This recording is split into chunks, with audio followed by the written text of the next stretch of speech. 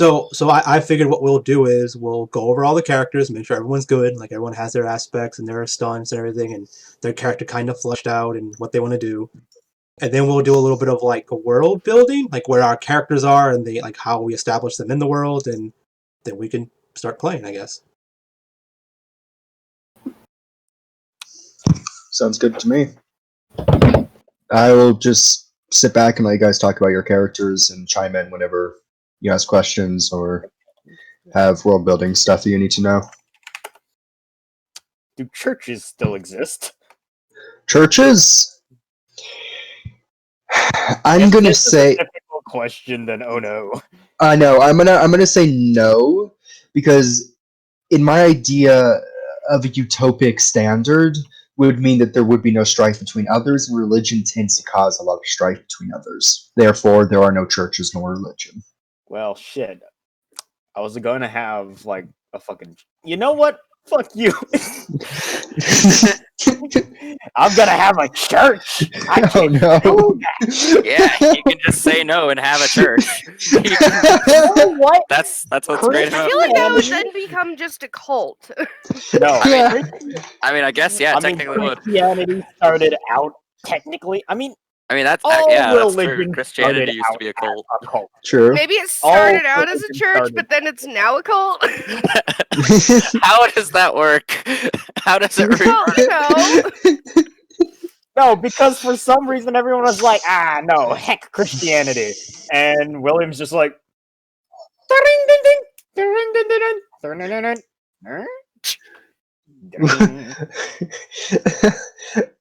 That's right. he ain't an ordained Yeah. priest. He's confused.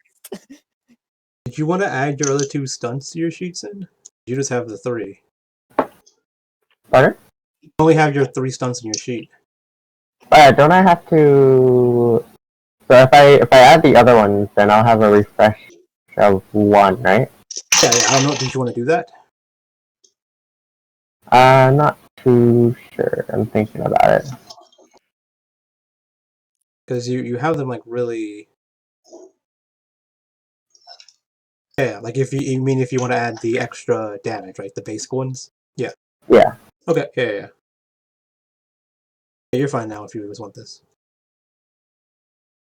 And your aspect. Confidence mug. Okay. Okay. Yeah. Okay. First law in the Code of Chivalry: fear God and maintain His church. There is no church. I will have one. There will be one made.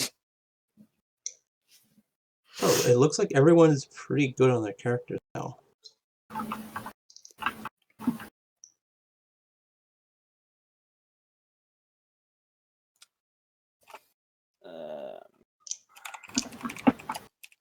So, are we just gonna start like talking about what our characters are doing and then like gravitate toward each other or something, or? Well, DM can tell us where we're going to be, and then we can try to angle our characters to be there. I was thinking, as I said, you would start as sort of a reunion of heroes of sorts at a underground base in a utopic city, which I am yet to give a name, but I will think of one quickly. So we're in an underground base because of the meteor thing, or Because it was one of your old bases, and you guys decided that you should have a reunion there instead of just like a concert hall or something. We're a bunch middle of of the old city. buddies. Yep. One of And I our was in- old bases. So like, what's it like? I'm We thi- make that up. You can, but I can also tell you if you want. so does Alright. anyone? Does anyone have? Okay, Is anyone yeah. characters rich? Basically, does anyone superhero like that just like has a shit ton of money from what being a superhero, or is it just like? Dr. Denias, very much yes. I thought Scarlet would be that. Yeah, I'm just asking that because I'm that, but I'm just saying anyone else would do it too.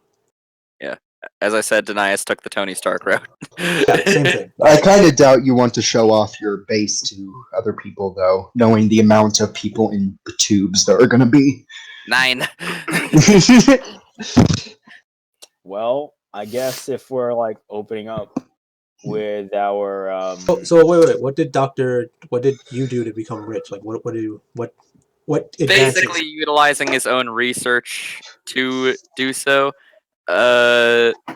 and such notoriety kind of things. Like, he's quite the wealthy physician. So he's just a doctor. Top of the field researcher, yeah. Okay. You can become rich off such things. Yeah, that's what I'm saying. Like, did you create, like, invent something that's like you cured cancer, so like you're super rich now or something? Pretty much, yeah. Okay. he cured bone cancer. He would have cured multiple deadly diseases. Probably more for the fun of it than for the good of humanity, I'm presuming. So maybe Yeah, between our two Nobody characters, knows his methods. like it seems like between our two characters, we invented pretty much everything that exists right now that's special. I mean, you invented things. He just cured things. Yeah, but I mean, like everything that's like a big deal right now. Like if we look at, let's say, our world, right? Like the Well, things that we are. aren't the only heroes, is the thing. Yeah. So we don't have to have invented all of it. 'Cause Yeah. there I'm are just other saying heroes who what- could do that too. Would they? I mean, I haven't heard of any. Make them Well, up. there were other heroes. However, the majority of them were either died in the last days of the old world, or they just simply retired. And I figured like the heroes have all different powers and stuff. They're not just like the same people overlapping on each other. So like the idea is like I've already established that that's how my character has like their money and stuff, but they don't have it. Was because of they pretty much like one of my aspects is where is it? Responsible for most of the world's technological breakthroughs in the last 5 years. So that's like one of the things I wrote as one of my aspects. I don't know if the doctor has one like that too, but Yeah, a renowned physician at the top of his field, cured many deadly diseases. so like yeah, so those are things we established for our characters, right? And that's why we are what we are, have what we have. So I was saying that Scarlett probably has a bunch of like underground workshops where she just like randomly would go to tinker on things if she wants to be left alone. A lot of them are underground. So I don't know if this is one of those things where it's like how Batman created like the Watchtower for Justice League because he's rich, or like how Tony Stark created like the Avengers headquarters for them because he was the rich one. So Yeah, is this a thing that one of us financed or paid for, or This is what Tobias has his lab, though he doesn't let a whole lot of people come there. my idea would be this. There was a watchtower-like structure or headquarters structure. However, it was destroyed to pave the way for the new world. Like a Teen Titans tower thing. Yeah, well, yeah. But however, there were some areas that you guys kept secret from the public, and that's how you're able to reunite them there because it wasn't destroyed to pave the way for the new world. Alright. so we're like an old place basically. Mm-hmm. Think of it old like just outpost somewhere in the city So that the you guys reason, would go. the Say reason it why again? you just keep going, but I was gonna say the reason why Scarlett's there is because it's a publicity thing. Yeah, but dude, I was just thinking an old outpost in the middle of the city. You guys every year have an annual get together just to talk, catch up, see what's going on. The heroes that join are slowly getting fewer and fewer, and that's why you guys are the last heroes because you're the last ones that are there to be able to save the world. So like Dr. Just Nias retired, is and both it's a- just an epileptic number of dudes. Denias is a doctor, and he's in his 50s. He knows he needs to get out of the lab now and then. Is essentially why he's there. like And my go on, Scarlett Sir. kind of doesn't want to ever go anywhere, but like she's basically like she has people, right? Like the people that make money off of her inventions and stuff. They have like a bunch of propaganda, like I said before, with like the posters and the flyers everywhere about like how she's put as like the biggest hero because she saved not only the world from bad guys but also from like world hunger or something like that, like, you know, like bigger things that she's done. So they have all these things like, hey, if you want to keep having money to make all these inventions and stuff, you have to show up to these things every now and then. So they get her to do things by telling her like, hey, if you don't do these things, you can't have money to invent stuff. So she's like, but I want to invent stuff, so okay, fine, I'll go, right? All right. Also, one thing, I think heroes would be fairly shunned in this world. And the reason you guys are specifically the last heroes, and there aren't more heroes that will rise up amongst you, is because of genetic. What's the word? Mutations? Yeah, well, yeah, but genetic tinkering. Basically, they tinkered the genes of everyone to make sure that they could not be born with powers. Meaning, only people with powers are the people who escaped from Dr. Denias doesn't really have any powers. He's just big brain. I know, William that's what I was doesn't getting need to. Powers. He has the Some- power of God. Some people either don't have powers and just use technology, and that's how they got out of any sort of gene editing, and others just escaped, such as, I'm presuming, Sin. And Sage just hid underground, and Moses just appeared one day like a Terminator. He clawed look. from the dirt of the metal Look. concert. The Lord wished me back alive, and I answered, and he gave unto me music. Are you gonna That's try to what give God back to the world? Look, Oh, I'm gonna build no. a church, and I'm gonna honor God's church. Oh. Nowhere in the Code of Chivalry doesn't say I have to spread God's word, but if I could, I would speak on the virtues of the Lord. But do you all get the idea of what I'm saying? So I shunned, think so. shunned. Why would it be shunned?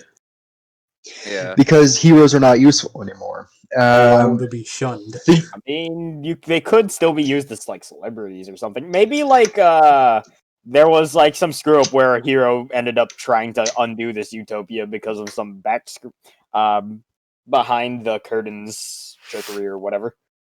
It could work. I was Well, I thinking know that more. my character was basically like, I was thinking of her as being one of those types of people that would try to do that. So I I was guess also- like If I one may of- make a suggestion here about why they may be shunned, Go on. sort of. Okay, so you know how in some superhero comics, actual ones, how like some civilians or like politicians or whatever, like will have disdain for superheroes and stuff. Like X-Men. Like, oh, you know, they're operating outside the law, all that kind of shiza. Like, if you Yeah. ever read or saw the movie The Dark Knight Returns, Mhm. Yep. Batman, like they literally, like Superman is operating under government control now, and they had gotten rid of all the other heroes, like through a government deal. And when Batman comes back to fix Gotham in his old age, they send Superman after him to kill him. Yep. Yeah. So Um, something kind of like that, I imagine. Or basically all the X-Men stuff, right? Like how the government doesn't Yeah, want the that X-Men. too. Yeah. Mhm. I was also thinking maybe before the whole utopic standard was built, while it is perfect, and as I said, it is still perfect, no shady stuff behind the scenes, that doesn't mean the start wasn't built on shady stuff. Perhaps the start, well before there was a massive war, heroes and villains teamed up alike to stop this endless onslaught of soldiers and people trying to build this quote-unquote utopic standard. And the reason they stopped is because at the time, they didn't see the utopic standard as what it was going to become. They thought it would hurt the world more than do good and all that. And because of that, they lost the war, went into hiding a bit, and the utopia one became actually a good utopia. So they're kind of like, so the superheroes are now kind of living in it like, all right, this is okay, but that doesn't mean the world still views superheroes and villains as. Why don't we make it easy? Why don't we all just kind of explain our characters where they are? Because we don't have to figure out explanation for every superhero that exists, right? Or ever has exist. We should just figure out what works for our characters, and then we can make up anything else we need to do as we go, right? Like for instance, if we want to say, if like my character, I don't even want to be a superhero technically. But my character is like, we know the whole with great responsibility, blah blah blah. You know, great power becomes great responsibility, whatever. You know, like so the idea is my character is actually positioned more like a celebrity now, like how he said it, explained it. like the savior of the world, but not because I'm a superhero, but because of all the technology I've created that helps the world, right? Like the one that created these like the civilization, like the nice utopia we have. Like my character was like responsible for that. But the idea is my character is basically a mascot for the company that did all this. Because like my character made like maybe an array that makes food grow like instantly, but she didn't make it to save world hunger, right? She just did it because she was like just did it. So these companies took that and were like, hey, we can package this and sell it all around the world to the governments to cure world hunger, right? So the idea is the people that made the money off of it was the companies that she's a mascot for, technically, like a mascot slash inventor of these things.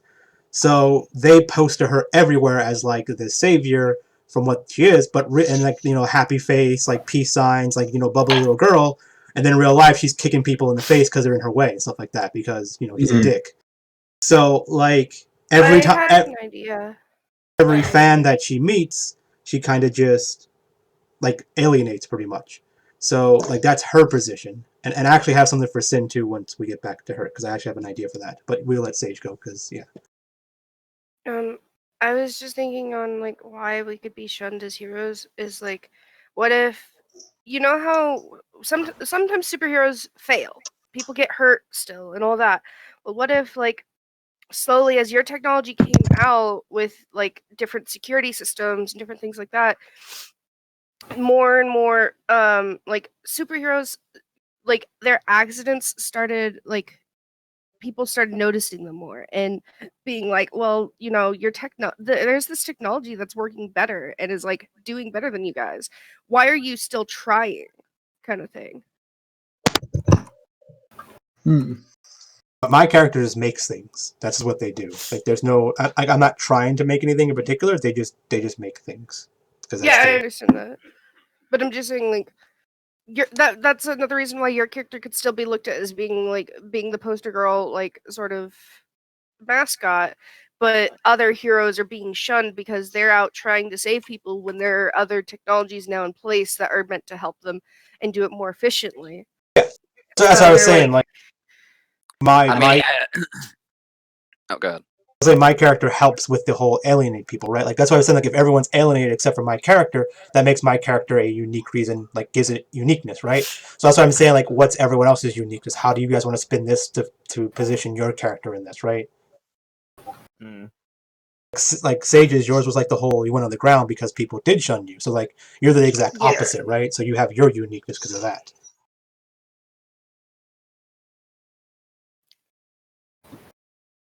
Like I think of my character as like she hasn't even come out from underneath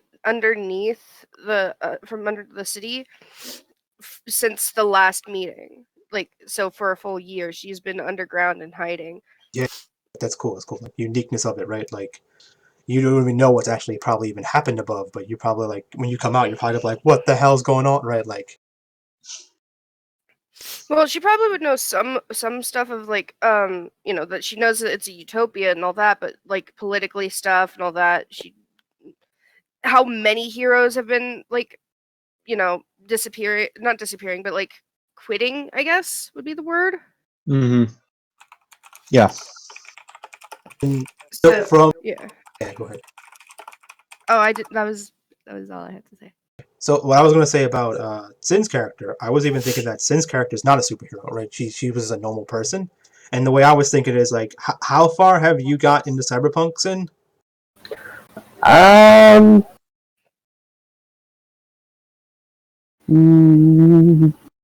Like halfway, I think. Like you met like the Asian guy, right? The guy that like helps you. Yeah. What's up? Yeah. Yeah. So I'm thinking like maybe like you've seen how his interaction with like the Emperor guy was, like how he was like his bodyguard or whatever, and he's like super trained elite soldier type guy. Takamoto? Yeah, Takamoto. Yeah. So that's what I'm thinking. Like that could be you to my character, right? Like my character was just like this really like important person, right? So you were assigned to me by the company as like a bodyguard. Like you were like my personal bodyguard. Basically you're meant to like die to save me type deal, right? And you're like super trained and like to do all this stuff, right? And my Mhm. character the whole time trying like, I don't want to be followed by a human. That's weird. Like, ew, gross, right? And then like like over time we may have slightly became friends. Like not even friends. Like my character's like, huh, maybe this meatbag's not so bad, right? So you And tolerate me? yeah, I tolerate you, right? And then something so bad, happens. meatbag. And then something happens where you actually save my character's life, kind of, but you die in the process. So like you die saving my character's life, and then my character was like, holy shit, that human was okay. Oh man. And then like the company's like, we'll get you a new bodyguard, no big deal, right? And she's like, but I like that one. That one was okay. She's like, well, that one's dead. You can't bring people back to life. And she's like, watch me, right?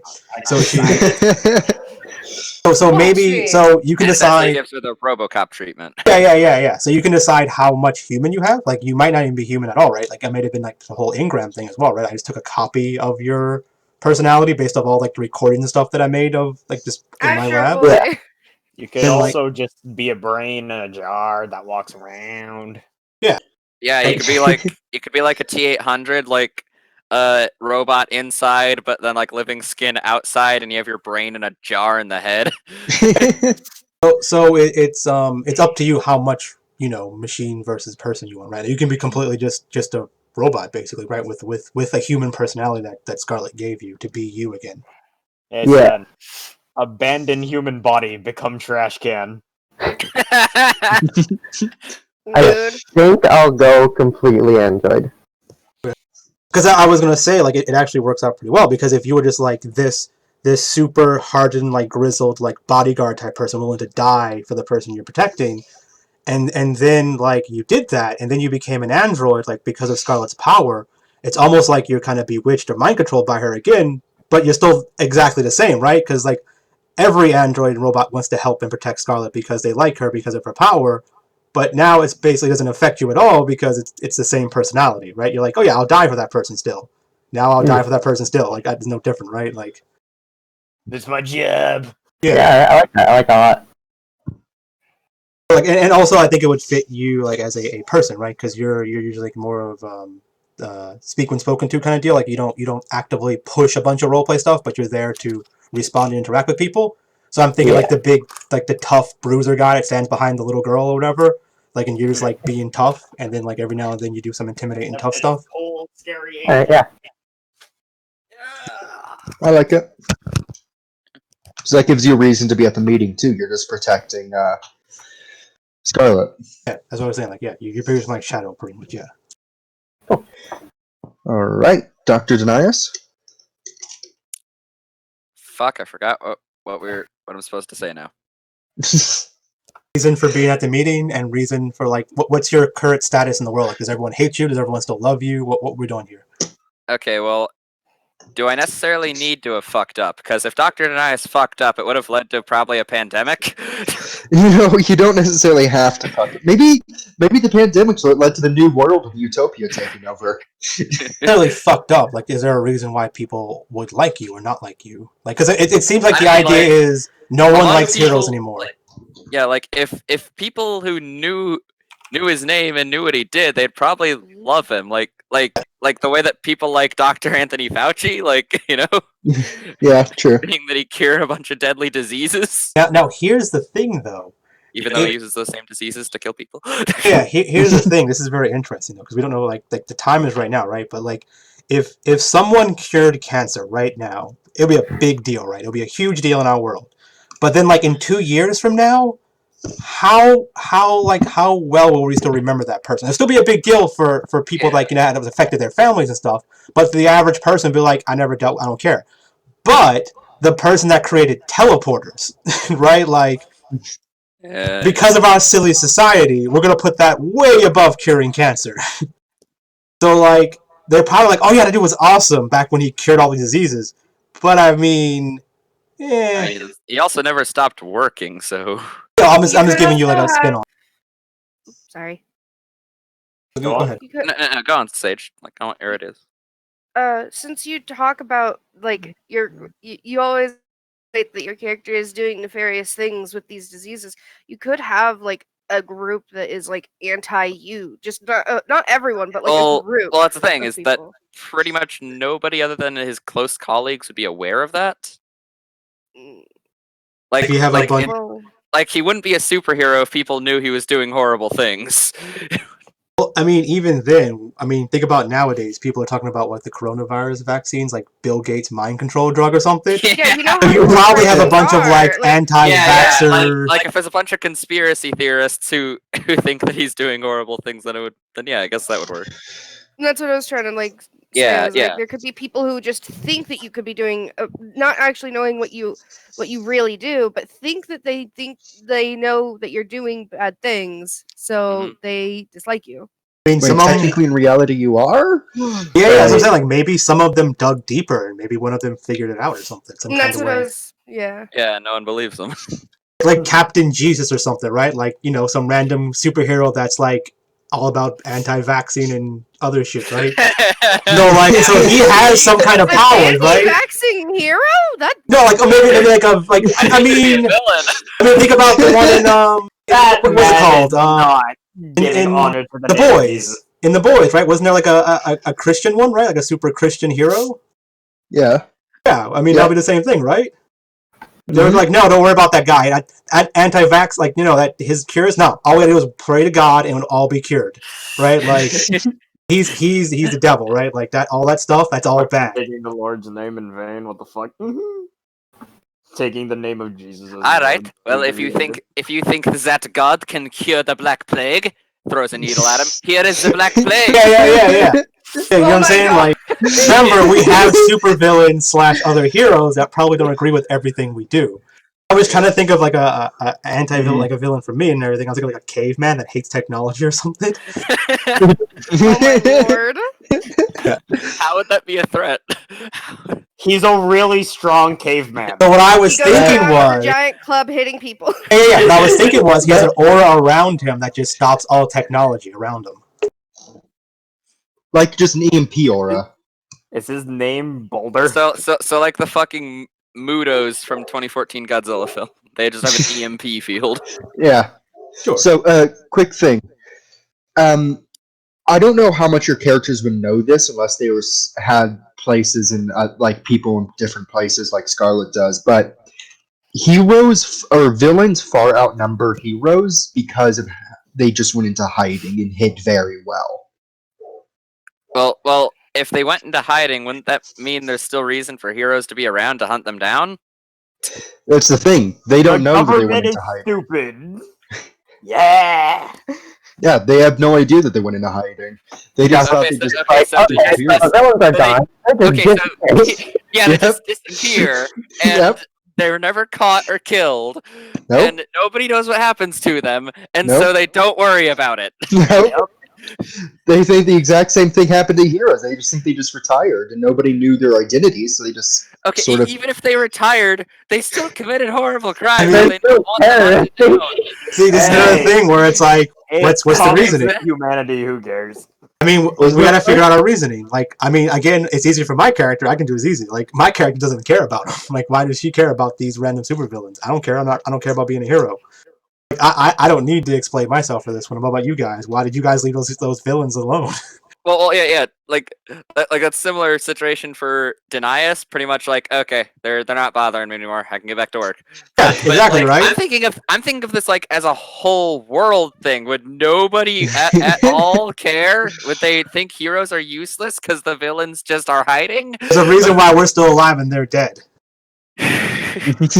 It could be another reason why they're against us is because they didn't want us killing villains. You know, they're like they want them coming to justice, and if we're just hunting them down and getting in fights, we could hurt them and actually kill them and all that stuff too. So, Okay, yeah, okay, so everyone in this world except no. us, Batman, Everyone in this world. out the fighting training. I'm not just saying us. I'm saying that they were against other heroes because of them getting in fights and possibly hurting people and all what that. if I mean, what if they are- possibly, I give them deadly diseases. what if they are Then hunting yeah, them even more down? reason for them to be against you. I like the idea of everyone being Batman. Everyone's Batman. What if they are hunting them? What if they are hunting them down, but with like the bureaucratic nonsense of a whole bunch of police officers not knowing what they're doing, but still trying to find? But then again, it kind of contradicts the whole perfect everything is fine. Yeah, that's the Okay, thing about Utopia is that it's inherently we can't paradoxical. We can't Yeah. have. You could. I mean, just having a utopia as a setting wouldn't really work without like something to like Fuck things up. Yeah. juxtapose. Which is the meteor. The utopia. meteor's Yeah, gonna and fuck that's- things yeah. up. Yeah, that's the but thing. honestly, I just want to say this: just having meteor, bad things happen now doesn't really feel good. What if? World building thing. Well, I haven't described it that well. But what if with the meteor came like aliens or something? Alien. I don't know. Aliens! Watashi They have no- they have- Wait. Have they not already been here though? Is my question. Wait, these aliens aren't they're spacefaring and shit, but they didn't come here on spaceships. They came here on a meteor. Those aliens. So they're the orcs. Wait, no. Like actual thing. Like, what if they're the fucking? I don't remember what they were called. Like, if they actually had a name, the things from a quiet place. Those things came up. So another thing. Aha! These aliens. They have no immunity to diseases from here. We don't have to worry about them. They will be dead in a few days. Just If y'all can think of good ideas as to why the heroes or the villains either one still exist or two appeared after the meteor strike. Yeah, for like our super villains, like that directly oppose us. I mean, I guess it could make sense. Like they fake their deaths, or everyone thinks that they're dead already, Wait. rather than just go into hiding. It seems like we're overcomplicating all this. So you're saying that there are a bunch of bad guys left, right? Is that what you're saying right now? Yeah. Yep, So how about villains far outnumber? How about this? How about there was a bunch of heroes and villains.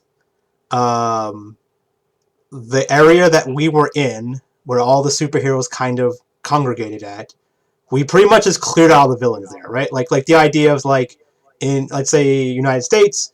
Let's say there's a bunch of superheroes in the United States, but there's none in like Europe. Let's just say this. Let's just make it up, right? So there's a bunch of villains in Europe, but not in the United States because there's lots of heroes kicking them out, pretty much, right? So the meteor basically landed on United States, just again made this place up, and all the heroes were there. We were, let's say, at a different, like let's say Australia, where our little camp thing is or something. That's why we were spared from the meteor. So the idea was maybe they are all congregated there because let's say there's a teleporter there. Let's say maybe there's a teleporter from there to our base. And the reason why we were there was because we were setting up the headquarters, the base. Like we came to see it early, right? Maybe our characters are special. Maybe like we're like the Justice League, how they have like the five main ones. Like we're like, the Flash and Wonder Woman and the five main ones, right? That's us. So we came there early, where the others weren't there yet, and they got trapped and hit by the meteor, right? Like, so the idea was, the other good guys died. Where because rocks fell, they all died except us. Rocks they were literally fell from the sky. in the right place at the right time. All right. There was no villains there because they got kicked out of there. I don't feel like that makes sense for everything else, though. Everything else. I was thinking, what if the villains did go into hiding, but they went into hiding in the underground where Sage is from? And the reason they were never discovered is because literally nobody knows the underground exists anymore. Wouldn't Sage be able to find them though? Yeah, Sage is a but Sage betrayal character. or my character hating the utopia would be kind of like, Here's an interesting thing, though. When we should I do something? When we look at like heroes and stuff like that, like Batman's like one of the only competent heroes, kind of, right? Like that is true, yeah. Like when you look at the other heroes, they kind of just like fly around looking for crime, and there's no crime. They kind of just like hang out, right? Like Batman actually actively goes and hunts down bad guys. So if we're all kind of act like, let's say, Superman, right? The one that's just waiting for the next crime to happen, and then we go and solve it. If the bad guys go, you know what? Every time we do a crime, we easily get beaten. Like, it's not even close. Like, they have so many, like, the superheroes outclass us greatly. There's no way for us to win this ever. Let's stop for now and try to figure out a way. Like, we have to figure out a way to beat them. So, like, maybe they're all in jail one day, and, like, we know what? Next time we break out, let's not just immediately go do another crime and get thrown back in here, right? Like every other villain does in every other show. Instead, let's go and hide and wait and figure out how we're going to do this, right? So they all slowly started hiding on the ground or somewhere else, and we never went after them because we're just being superheroes, right? We don't go after bad guys. We just stop them from doing crimes and throw them in jail, right? Mhm. That's kind of how it works. Even though like we're not the cops, right? We don't go look for people to throw them in jail. We just stop supervillains from doing supervillain crimes. So we also shoot black people. not the cops. But so the idea is they all went underground, or they all went so like they stopped being criminals, right? Maybe they just like hid some, like they went to their apartment and started doing a 9 to 5 job because there was no like being a villain didn't pay off. So all the superheroes was flying around like nothing to do, and then the meteor hit. All the superheroes died, and now all the supervillains like time to come out of retirement. All the superheroes are gone, right? All the supervillains are like, well, shit, okay, that happened. Let's What go. if they were the cause of the meteor? I was thinking that. Cause it. I was thinking maybe the villains caused Look, it, but if I don't a want to bunch go. of- I don't want to push too much into Alex, stage of if a story. bunch of rats can use cocaine to drop a moon onto the planet, a Wait, bunch what? of supervillains can. Wait, what? Warhammer Fantasy. Fuck Warhammer. Fuck you. You have shit taste. No, Rob, fuck you- What you. if- Another idea instead of a meteor could be if the moon were to get a bit too close or a bit too far, the tides Wouldn't in the we planet all would be massively dead? change. No, you wouldn't. In the long run, yes, you would. But in the short run, all the tides in the earth would change. Flooding places, EMPs would go out, electricity would go out, food would go out, all that would go out. It would become. It's a very slow process, but it would be technically post-apocalyptic. The world would If- change. The world would change greatly. The Earth itself would be changing. It wouldn't just be, like a meteor destroying part of the Earth wouldn't affect, the other side of the continent or the other side of the world. But at least not in the same way as the moon coming closer affects Mhm. the entire planet. Or a solar flare of sorts. That in a utopia that relies on technology, a solar flare would be very damaging. Solar flare? Not Yep, sure. it would cause it's basically a giant. Imagine a giant thing coming from the sun and hitting us. It would Now, cause a what Here, massive explain UMP explain it across better. the planet. Here's how to Is explain this a solar just the flare better. second Session 0 we're having right now? Yeah. It's session Basically. 0.5. Yeah. Here's how you explain a solar flare. The sun is a deadly laser. Yeah. Not it- anymore. no, There's also- a blanket. So also EMP effect. What knocks out technology. And I'm presuming like people that rely on technology, Scarlet would somehow have like a Faraday cage or something that protects her from all of it. But the rest of the world would fall pretty quickly from an EMP. Hey, perfect. Cue that George Carlin bit about eliminating electricity would send us back to the Stone Age. Yeah, Sir it Williams just really there would. like, shit, time to. Well, might as well keep building this church. It Have actually any of happened. you guys seen the show Zoo on Netflix? No. I don't think so. It's basically about an animal apocalypse, talking about how humans are in the food chain. There's 5 rankings, 5s being like predators eating other predators. Humans are actually only a 2.2. The only reason we can act as if we're 5s is because we can reason and our technology. We We have take those thumbs. 2 things away, and we're basically bottom of the food chain. Yeah. Well, I mean, not really, because stick with pointy rock on it is pretty good against a tiger. Stick with That's the true. guy Necessarily. already boosting hunters, too. Oh yeah, But and it's Humans Uh, are so- already persistence pretty much hunting. apex predators in the Stone Age. Yeah, persistence hunting. Spears. Yeah, pack tactics, spears, tool I am use. just taking a quote from the Control of- show. I'm not control actually of saying I have fire. any scientific Well, basis. we're in what I'm Yeah, saying. arguing well- against what you said. Well, that show is pretty small brain. well. Either way, basically. Shit, Well, what was I gonna The show say? talks about how it basically refers Wait, to hold on. animals evolving and basically having now the capability of looking at us and being like, we're not scared of you, and fighting back. I mean, there's plenty of animals that do that already, but alright. Not just, but I'm saying like, you know how Like- you can like usually a- scare like a- off a lion by shooting at it? What if instead it just charged you and mauled you to death? If you Now shoot you at a have lion, multiple guys. if you and shoot at a that's lion, it it's again. still gonna charge you. Yeah, that is true. You can Those hit the motherfuckers line with have a no bullet, fear. and then Well, tail whatever. goes at you. Whatever. We're not But debating yeah, the logic whatever. of this show. What I'm saying is that I'm presuming Scarlet and Sin, what did you decide on your character's name to be? Smokescreen. Scarlet and Smokescreen could survive an EMP because they would expect it to come before everyone else. So the idea is when an EMP happens to technology, it falls asleep. So Scarlet just wakes it up. All right. But yeah, an EMP last happened in like the early 1800s, or a large solar flare happened last in the early 1800s, I think. But there wasn't enough technology per se around the planet for it to really have that much of an effect. Solar flares, what happens with them is, so far the Earth has rarely been hit by one, and thankfully not during any time where it's mattered. Yeah, definitely.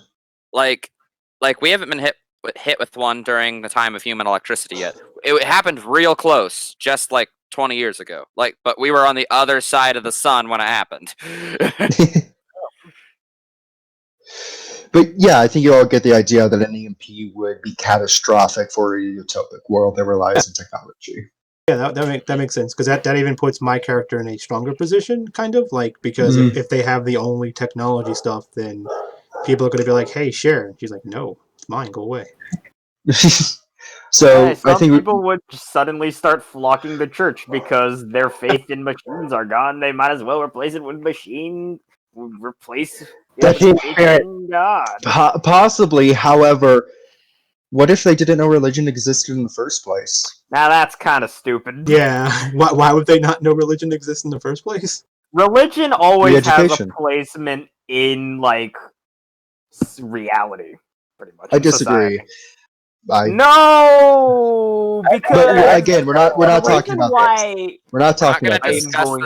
We're not going to discuss the merits of religion, but it is possible Yeah. for people to not even know what religion is. But I mean, the idea, I was going to bring stuff up like that too, but we're supposed to be playing in like a basic time period of ours, and religion exists, so it should have it should exist in here. Yeah. All right. Either way, so I think we should go with Y'all the mean EMP Jesus. idea instead of the meteor, because I think that fits better and it's easier to play out with your characters. Sure. Natural Um, disasters. Only a meteor also fucking destroy the underground. Not Yeah. necessarily. Well, I mean, if- depends. Wouldn't it like underground collapse hits. everything? If it punches through the upper city, then yeah, it's going to hit the It's undercity. a meteor. Yeah, it's kind of How what big they do. is the city? Actually, is this like the fucking continent-spanning city? 40K I don't. style. It's not an Imminocanopolis, or however you pronounce it, because there has been enough time to reach that stage, but they are gearing towards it per se. Okay, so it's not Coruscant, all right. No. So it's not the Imperial Palace taking over the entirety of Asia, No. Europe, and The cities are much bigger than we currently know, but they aren't continent spanning or anything. They're just imagine Tokyo, but like times 5 or something. Another thing, like Wait, the Are we solar gonna flare play thing, the game or what? So that's Spike. Snow was complaining about. So he's like, are we going to start the game? If we think we're ready, yes. I mean, we're in the middle of talking about the game. Yeah. Yeah, but I thought that okay. I guess we haven't established things then. Never mind. Yeah, we're still talking. Like I was going to say, like the solar flare is actually pretty interesting too, because of it could potentially give Sage's character a little bit more stuff, because if the above ground is all like messed up because of it, then like the below ground may have been like deep enough hiding beneath something, right? Because like layers of like buildings and technology and stuff like that might have protected some of the older technology underground. Mm-hmm. Like an old box computer still survives down there or something. Yeah, things like It's that. running, but sadly for everyone who has to rely on it, it's running Windows Vista. I guess we could also have like a resurgence of people finding God, because Sir William's still trying to make that into a thing, and if like everyone's lost the use of technology, maybe some people just fall back to being like, God will grant us salvation. Yeah. That's usually how people interact with God, right? When they have nothing else to hope for, it's usually like, well, right now this isn't working, and if I die, I'm fucked. So I might as well, like, join this religion thing because hopefully my afterlife is better, right? So, Personally, Yeah. don't like how some people use faith that way, but yeah. How most people use I it. think William in would accept it. religion in this world, people would have memories of it, but no one practices it. That's what I would say. Because let's just say like this. I think it's actually even better this way. Let's just let Moses do it himself, right? Let's let Moses try to persuade these individual people that he interacts with. Like as we play the game, like if he wants to spread a religion, then it'll be better if he actually spreads the religion, right? Like he gives reason why they should. Mm-hmm. I think that'd be a cool thing to do. All right. Instead of just being like, no, religion automatically bad. Yeah. One thing, Like that. should I give you guys a set goal to pursue, or do you guys choose the goal to I pursue? mean, there's a beginning, middle, and end. You're supposed to tell us how the story's about to go, and we're supposed to go with that, right, Spike? That's what So the way it was beginning, middle, and end is like the idea is you tell us the beginning, so we just got told all that solar flare, blah blah blah, heroes gone, all that kind of stuff, and the ending is supposed to be basically fixing that problem, right? Like these bad guys are now around, so our end from what we can establish is to save the world, right? We have to bring the world back to what it was before all this bad stuff happened, right? That's kind of the end. Yeah. And I'm presuming I don't know the middle or ending just yet. Yeah. I'd have to play with you guys for a bit to see what direction you guys are taking, then come up with a middle and end. The middle is just the whatever middle point when we feel like we're accomplishing these goals, and you're probably like, yeah, you're probably almost halfway down by now, right? That's the middle of the goal we're pursuing. All right. Like you already wrote like a book, and then you just show us the first page, the last page, and the middle page. Like you don't do it like that. All right. That makes sense.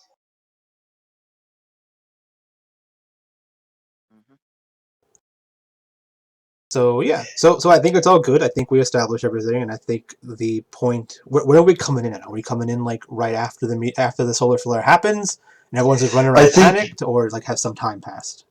I think you're gonna start before it, but only like 30 minutes before. You guys are sitting down at your table. Of course, Emma, you guys are sitting down at the table talking to each other. It gives you enough time just to catch up, get to know each other's characters a bit more, and then suddenly it happens. Things go dark. I'm guessing Smokescreen goes out for a little bit, but then Scarlet quickly fixes her up. Or probably, honestly, you've probably fitted her with like some eternal Faraday cage that protects her from EMPs. Probably not, but I mean, we can roleplay all that out. Is it okay if we like start Yeah. separate from each other and then meet up because the meteor hit and we're like, It's we might as well. EMP now. I don't know. I think I'd rather have you guys all together because you don't have enough reason to meet up with each other just randomly. I think your characters. No, but the EMP, because I'm still running under the assumption that we're all thinking that we're not the only heroes that are left, and when the EMP hits, all the other heroes are dying. We're the only ones that show up, and we're like, what the hell? Where's everyone else? Wait, hold on. Because the EMP, Well, all the other that's why heroes I was are saying that it doesn't fully make sense with everything else, because if people are still like, are we still gonna have it be like people are still like shunning superheroes and they're still going like disappearing or not disappearing? I keep using like retiring and that sort of thing and going back to like normal lives. Heroes and villains would both be retiring because heroes are obsolete and villains are too easy to just defeat because of the whole utopia. Because basically, police officers can go out and take on a villain single-handedly, which really doesn't have a need for heroes anymore. So yeah, the majority of heroes are retired or dead. Okay, that'd be the same for the villain, so wouldn't it just be the same as usual? What do you mean? Because both the heroes and the villains retire, and then the EMP happens, the villains come out, and so all the heroes come out as well. So I think what Paige means is that heroes retired and died, while the villains just like hid because Hid in the underground. Well, why would the heroes retire then? That is the question. Well, the heroes would retire because they became obsolete, as I said. But then why don't they come back out when the villains come out?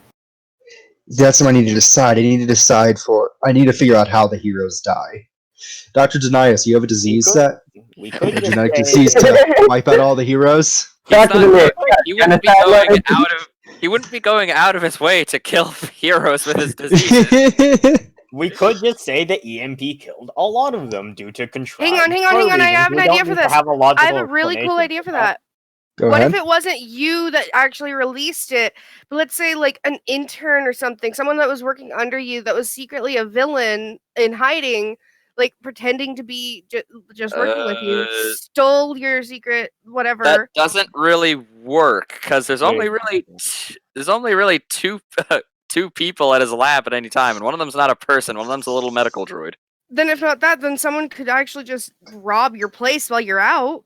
It's Yeah. in It's the middle- unlikely, it's- but it is possible. It's unlikely. If you go into my sheet, look where the fuck it is. Hold on. Well, what if whatever you created, like you created something for good, and then someone utilized what you created for good and made it evil, right? Like, Yeah, you could have Okay. like a rival So- of villain who's using one of your own technologies Okay, and so then bringing you for some shit. I was gonna What say, if you? all right, so what Dr. Nias made for his own personal gain, someone took to use for evil. All right. I mean, I got that could make sense, yeah. Or, as crazy it could be, you messed up, and one of your peers, or What if- again, if, like, And I doesn't have peers. I know one of your peers he could cure his own diseases, yeah. But, Oh, Kier. ended up killing the majority of heroes because it somehow like reacted with a gene or whatever that gave them powers, and each of them caused them to die. Yes, okay. Or when humanity decided to quote unquote purify the genes of everyone, including heroes, it had some side effects, or it didn't. If- Maybe it didn't even have a side effect. It worked. They still have powers. here's an anymore. idea. Here's an idea. So, okay, what year is it? First of all, I'd say 2040-ish. 2050, like- 2040. Okay. Can I just say something real quick? give me a sec. I need to adjust Denias's age then, because he'd be a lot older, actually. Yeah, Okay. actually, he'd be over 100 fucking years old then. How much? He has the power of Okay, disease nah, to don't worry. make I got himself another plan older. for how he's only 51. Don't worry. Okay. Alright. Can I just say something? We're still overcomplicating things, aren't we? Mm. Why don't we just say the EMP killed everyone? Yeah. Because, like, why would only we be the survivors, exactly? Got lucky. Contrived story reasons. Like, that's why I I do was, want things to make sense. yeah, that's why I Yeah. was saying that the we like everyone was in a place, right? We had like Paradise City where all the heroes kind of hung out and lived, kind of. And then we were like our base was in an old place, like an abandoned place that before we made this giant city. So we went there first before the other heroes got there, and then that's when it happened in the place that we were at. What if? Yeah. What if as you were going after all the heroes in the same villains place? What if they were in a sort of watchtower-like thing? EMP hit, disabled it. Itama fell towards the earth, killing all the heroes on board. Why they weren't able to fix it? Who knows? But They wouldn't be in a watchtower type thing because you said that heroes have been phased out. What if instead of heroes being phased out and then outlawed, they were phased out, but then like gloriously retired so that they got like better living conditions in a nicer part of town? And the supervillains knew about this and were like, why don't we just drop the meteor there because all the good shit's over there? So they dropped the meteor or like EMP blast, solar flare, whatever, onto this specific part of the city because that's where all the opposition is. I want to make another suggestion off of the idea of Dr. Nice accidentally killing all of them. Okay, so about like the genetic purification. First of all, don't worry, he's not a Nazi. but actually that gives me like an idea. Okay, so some diseases can alter your genetics. What if he was like secretly contracted to make a disease to spread throughout the populace that would do the genetic purification thing, and then like with heroes it reacted bad and killed off most of them, yeah, that's what I was thinking too. but it's like a top secret thing, like as you said, it's the Utopia started with like seedy bad stuff. Mhm. So what I think we're overcomplicated this because we're going all different directions with it. But I just need to know what the main objective is. So the main objective is we wanted it to start off with lots of heroes and lots of villains, and then the end objective is we're the only heroes left, but there's lots of villains. Is that the goal? Is that how it's supposed to go? Well, for the most part, yes, there are plenty of villains because, as I said, they hit away and they come out of the wet work when the EMP is caused. Which obviously, you being heroes, you have to go after, take out the heroes or take out the villains, save the day, and presumably the end goal, besides just taking out the villains, would be to try and return the world to at least a livable standard. The idea is, did we need to start off with lots of heroes? No. So what if there's only like a handful of heroes and then lots of bad guys, but us as heroes we're stronger than bad guys because we're innately stronger. And then like when the world and we don't need any more heroes now, so we all retired, like the few, let's say 10 of us or whatever, right? Mhm. And then when everything went to shit and the world blew up, it kind of reset everything, right? Society kind of messed up. So all the heroes are now coming back out. Yeah, that works. There's only like 10 heroes for the entire planet. And the few that Yeah, were left and the few that aren't with us got trapped in the blast, right? So it wasn't just like, oh, hundreds of heroes were just randomly in this one place. It was like only 5 other heroes, right? Like however many. yeah, okay. That makes sense. Denias, I promise you'll be able to kill everyone at some point. No, relax. And another thing to is, make people extinct. I was thinking that a lot of inventions that my character created supervillains, like a lot of different supervillains. Like for instance, let's say my character created an invention that makes food grow rapidly, right? Like I said before, like it cured world hunger, right? Because like you put this little like ray over a tomato plant and it just grows really quickly, right? So some supervillain basically made his power up the Ager, right? And he like turned it to make it affect humans. So now he runs around zapping humans with this, making them age super fast and die, right? That's his whole thing, right? He's a supervillain that does this, right? How Mr. Freeze just shoots people with freeze stuff because he has one thing he does, right? He just shoots people with a freeze ray. That's his thing, right? This guy just shoots people with an aging ray, right? So like the idea is like, I was thinking you were gonna like, yeah, it turns them into food. That would be makes them super old and like they die of old age or something, right? Or they turn to dust. So like I assume there's lots of inventions that my character made that people have weaponized as a bad guy, right? I guess to make their own little thing. Yeah, that makes sense.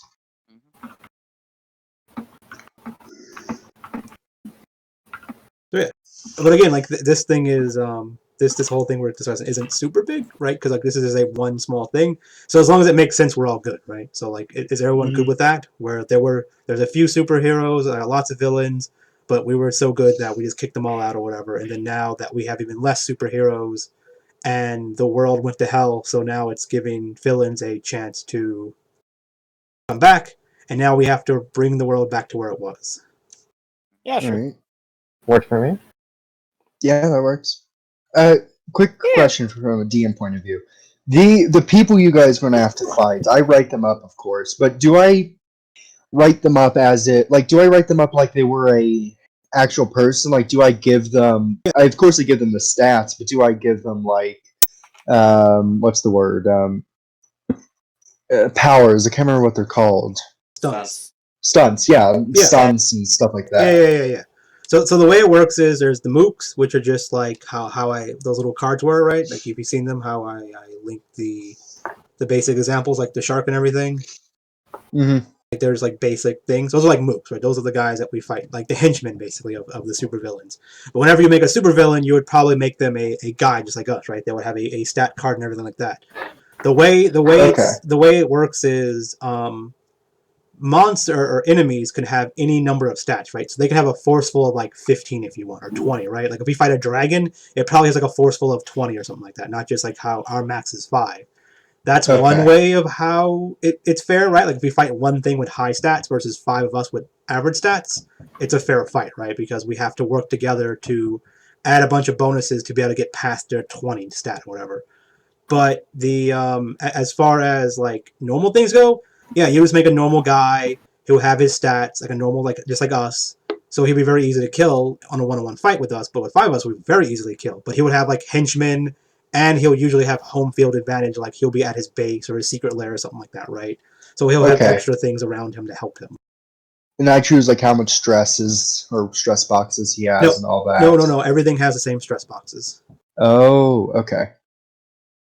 And then when it comes, I know you guys can't die, but you can concede or give up. Yeah. What happens if all of you give up during a fight? Whoever beat us decides what happens to us. Oh, okay. It's usually you do make some like, oh, they all grab you and put you in a jail cell, and they put like, a armed guard to watch you, and all your stuff is just right next to where you are, kind of, right? Okay. The basic trope, right? Like, oh, I'm gonna put you over dangling over sharks, and I'm gonna leave the room, right? Like, those type of things. Okay, got And then it. we escape, and then we get another chance, basically. All right. I'll be right back. Sorry. Anyone else good? Have any ideas or anything? Not much. So we still got that EMP going on, or Yeah, solar flare I'm thing really happening. confused on the setting. Yeah, maybe we should like summarize the setting because we discussed a lot of stuff, and I guess we're not all sure what's actually final. Yeah. So what I've gathered, what I think it is, there was a handful of heroes, like 10 of us or so, a shit ton of supervillains that just wanted to like make a name for themselves by using all this new cool stuff in the world. The world became this really awesome place based off all the superheroes doing good things, I guess. And we basically outclassed the supervillains, so they all kind of went into retirement, or left, or fled, or hid, or whatever, right? And now the world's a better place. The superheroes are kind of like, oh, well, we're good. We don't like people you probably even like leave the supervillains alone. They gave up. Just let them go, right? Let them live their lives. He's already dead. Yeah, pretty much like that. It's like they felt bad for him, probably, right? We beat them up so bad. So they lived their lives, we lived our lives, and then we kind of became, like obsolete. And then, like a few years later, we're having a reunion for us, like a yearly thing where we meet up at our old headquarters somewhere, like in a different part of the world, I guess. Or maybe we have a bunch of different headquarters all around the world, and we rotate each year, so we're away from this place one year, and we're just all meeting up there. And while it happened, solar flare blew up everything, destroyed their nice place, killed off the other heroes, the other like 4 or 5 of them, whatever. Well, that's all left. And now the supervillains are coming out of hiding, using this opportunity to be supervillains again. The idea is the outcome's probably going to be the same, right? We eventually beat them all up and put them back in their place, but I guess they got antsy, and they're like, maybe this is our one opportunity. And they're all probably been like biding their time, like conserving their forces and stuff, so maybe they're a little bit stronger now. So because of our lower forces, they're like stronger forces, and with the city and the people being all weird, we have a chance to lose now. Yeah. Hmm. Gives you a bit of a risk, even when there isn't much of one, it being this game. We're basically cleaning up. Yeah. Can you lose? Like, can you lose the game? If we want to, I guess. You have to choose to. Like, Okay. technically, yes. Okay, so here's the thing. At any time, you can be like, oh, you lose the fight. The bad guy kills you.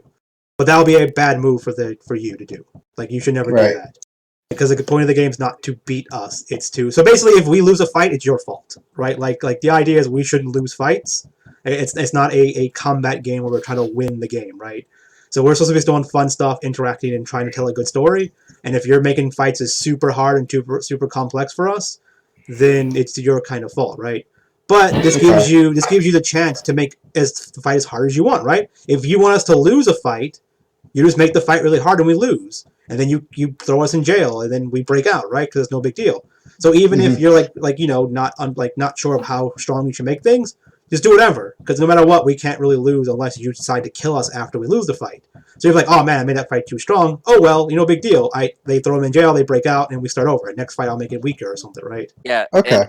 And like the whole like they capture you thing makes a lot of sense here because it's the classic supervillain trope of they capture the hero, put him in a death trap, and then leave before they make sure they're dead, and the hero escapes. Yeah. And the thing is, like, I even say losing the fights in Fate are better. Because if you win a fight, like, cool, we beat up the bad guys. We did it. Moving on, right? But if you lose to a bad guy, you get more story stuff out of it.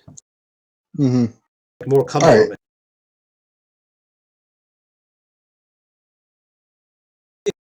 So I think we're all good. I think so for the Think most we're ready part. to play Yes. for whatever. Yep. A couple hours, yeah, sure. You said we're starting like a half hour prior to the flare or whatever. Yep. Just to give me enough time just to talk to each other. Like I Is it said, a it's like meteor or is it a flare? it's a flare, Media. and Okay.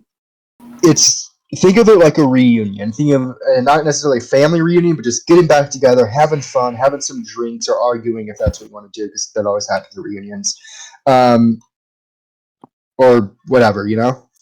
And then I will when I guess you guys can. I think you guys technically have the power to just say it happens, but when you guys are ready, I'll just have the flare hit, and you guys Yeah. will go from there. You decide on most of the main stuff like that. We decide on our Okay. spell stuff, basically interacting with our characters. All right, got it. So my character will be in their workshop, halfway across the world, basically up into the minute that they're supposed to be there, and then when it happens, they're going to teleport there. Okay. They want to be there as little as possible, basically, right? Because All right. they're Well, brats. So William would actually be the first to arrive, as since these people were I guess he would call them his companions, since he's fought alongside them many of time before. He takes this meetup real seriously, so he shows up super early, like 15 minutes early, and he actually sets up the tables, the drinks, the condiments, all that sort of thing. And when he's done, How he nice.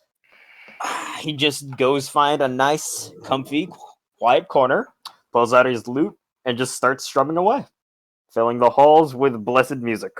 That Are you the guy? to everyone's ear. Are you the guy that got all the decorations and put them all up? Yeah, pretty much.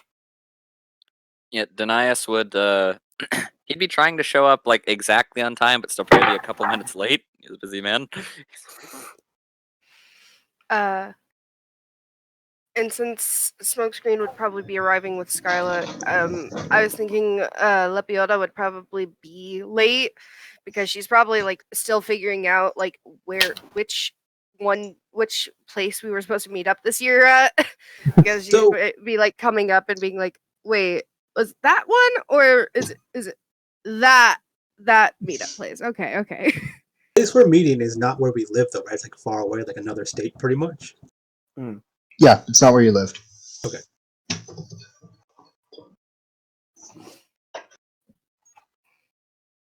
But I assume you guys are all flying there or flew there already? Hmm?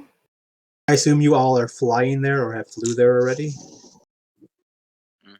I kind of thought of like some teleportation things were like bus stops. So I thought No, would I'm the probably one be with something like that. teleportation stuff.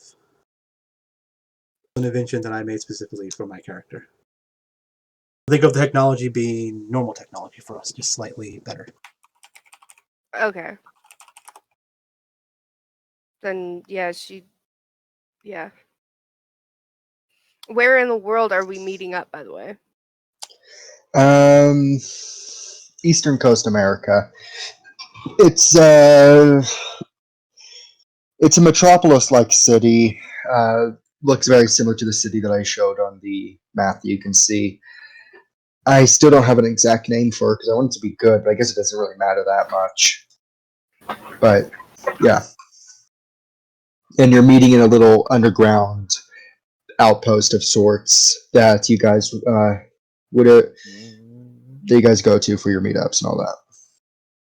Call the city Utapopolis. Utapopolis. Ba-doop. All right. I'll be right back. I'm sorry. I gotta grab my steak. You guys keep talking. Yeah, never mind. If we're not gonna talk and they're gonna be right back, I'm gonna so- go get coffee real quick. I mean, we could continue role playing. You could. It's up to you. It's up to you guys. That's why I'm asking. Do you guys want to, or can I go get coffee? I'm just waiting for you guys to show up I at mean, the fort. isn't your character technically lost? Yeah. You can get coffee while you're lost. Yeah. Okay. Alright. So I guess Denias is the second to arrive then. Well, as soon as Denias enters, William ceases his playing for a second, turns his head up, and just like gives you a jolly wave before playing with a lot more vigor. He's playing a tune that you would, a German tune that you personally liked. Okay. He's playing We Drink Your Blood by Powerwolf. Yes, on a lute. Yes. And yeah, Dr. Denias would be out of his toxin suit. He'd be in his lab coat and stuff. Which you can see on a sheet if you scroll down. Yep.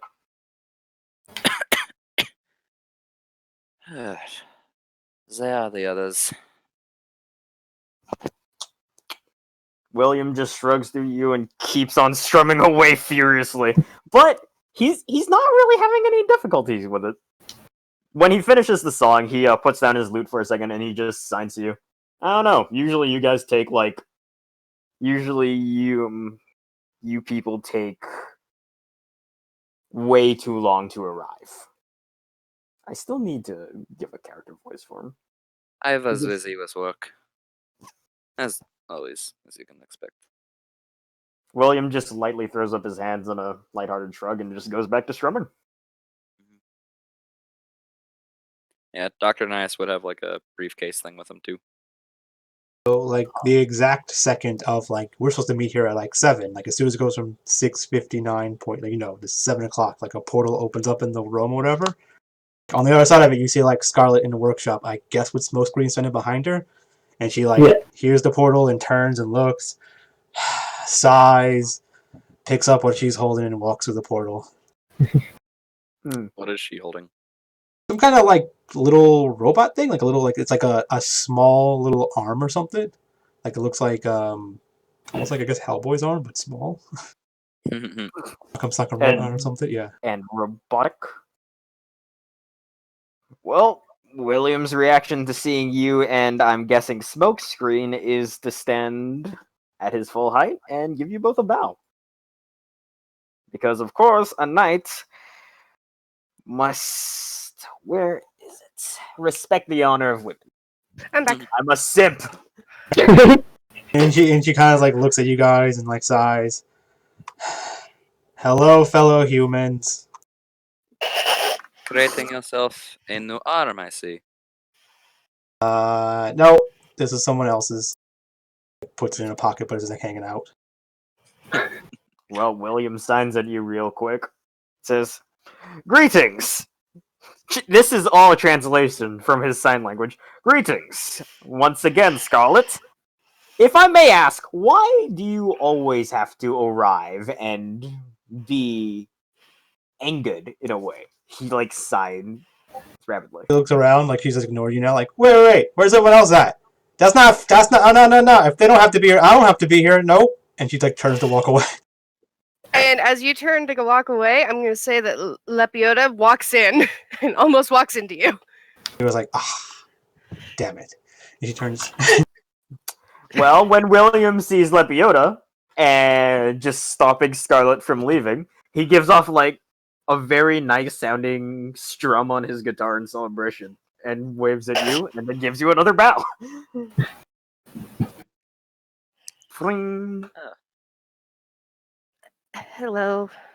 I forgot that we were meeting at this location this year. He just signs at you real quick and says, "It is fine. We have all made mistakes in the past." For yourself. You can hear the British in his hands. You can hear the British in his hand. I'll just say that this is how I imagine his voice. So go ahead.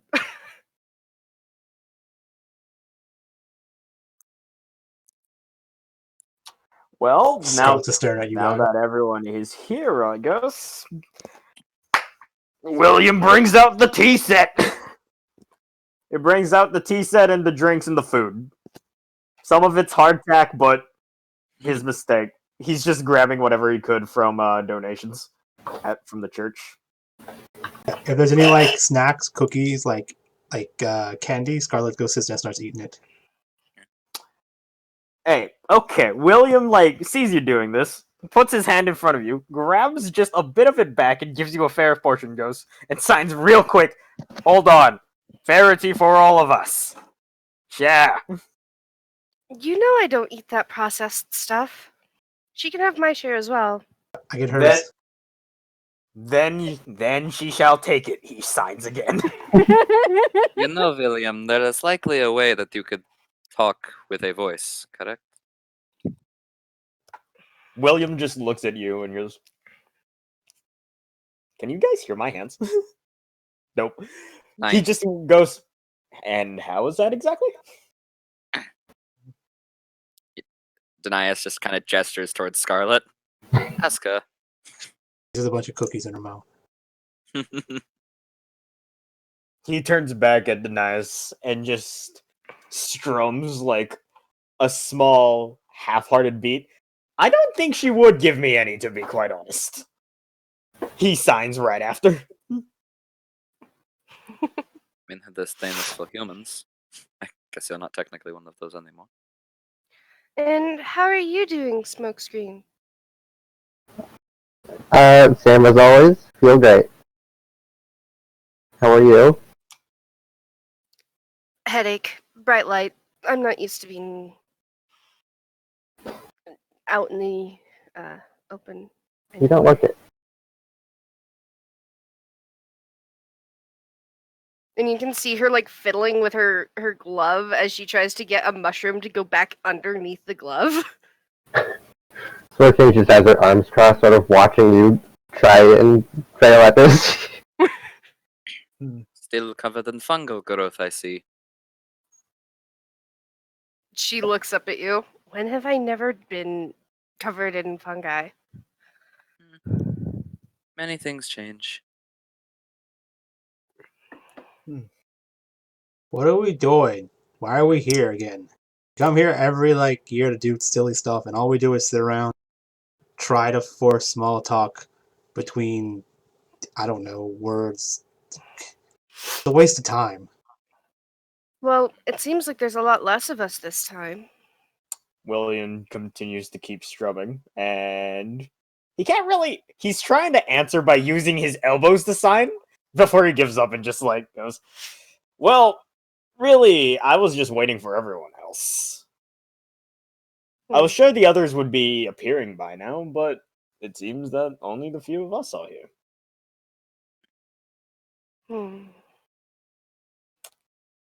Paige posted music. I need to get that. I'm posted. trying. I don't know It's how no it works. music. Yeah. Here's a tip about Is it? Spike. We should really get the rhythm bot in here. Hey, actually, There we go. Tell the That's right. mouse. It's the one that does the bot stuff. Yeah, I'm gonna talk to him about it because I much more prefer that bot. that was actually, yeah, loot music. What's the character sheet that's labeled X? That's just our health bar thing. Yeah, and for like invokes and yada yada. There.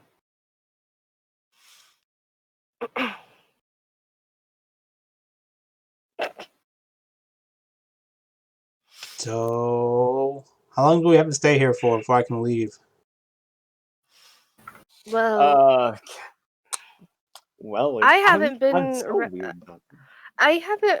I don't really know what's happened in the last year. Do you mind filling me in? Yes. William gives you a disapproving chord. She looks at you, Scarlet. I gave you my cookies. Uh-huh. You can at least fill me in on what's happened in the last year. I made a bunch of stuff that made the world a better place. Everyone loves me. That's about it. Despite the fact that William doesn't have any eyes anymore, you could audibly hear something rolling in his skeletal frame. he just pulls out a few newspapers he has behind his comfy chair and like puts them in front of Lepiota and gives her a quick nod. Wait, you do what? You pull what out in front of? I put it in front of her? I pull out a lot of paper, and a TLDR paper at the back just describing everything that's happened over the past year. Denise picks up one of the papers. How did you have this prepared? I see they covered how I cured Creutzfeldt Jakob disease. William pulls out a quill from one of his pouches and just quickly writes down, You've been needing it for the past few times. It would be terrible of me to not provide for you. You Thank you. And she kind of crosses her arms and looks away, kind of like embarrassed. But you can't see if she's blushing or not because she is wearing her mask. Well, William just assumes that he made a mistake and gives you a deep, heartfelt bow and just plays a sorrowful chord. Yeah, other than Smokescreen, Scarlet has her other two little people with her, Belle and Zero. Would we recognize them from like the past meetings? Yeah, they're always just following her around. The Belle is her assistant, which basically it's connected to the corporation she has that tells her, reminds her about things she needs. Like basically, it's her nanny. It keeps her kind of in line, but it's super like nice and stuff. It reminds her about things. Zero just does stuff for her that she doesn't want to because she's too lazy or something. They're my sheet if you want to see them. Usually Belle hands her candies and stuff when she wants them. Is Belle a living person or is like... She's essentially like Smokescreen now. Just a full like android type robot person or whatever. But still sentient. Yes. And how about you? Lepiota would turn to Belle. How have you been? He's like super nice. Like, oh, I've been fine. How about you? Could be better. But for the most part, living. That's good. Well, if you have any problems with anything, you can always talk to me about them.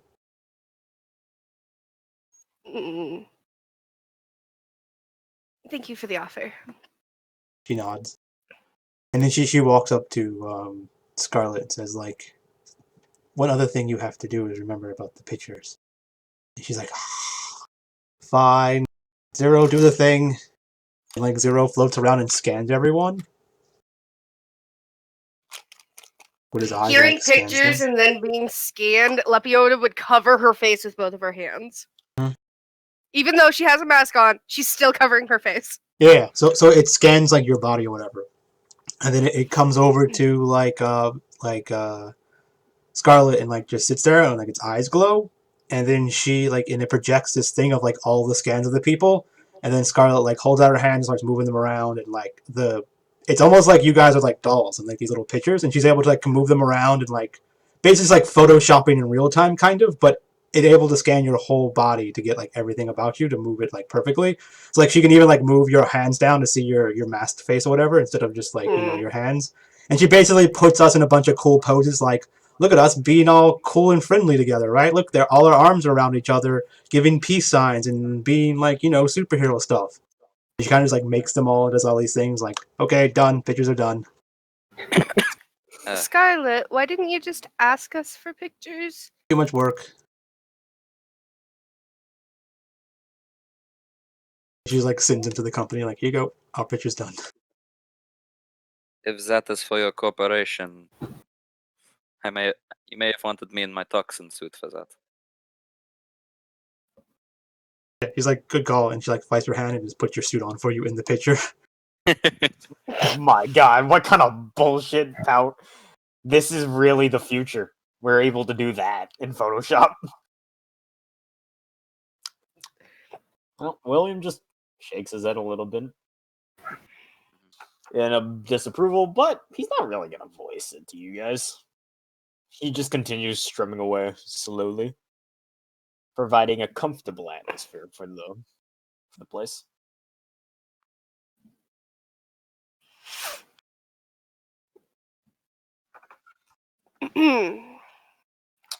So, have you guys been in contact with any of the others? Nope. Oh, William actually shoots up at this. For the most part, no. Have you?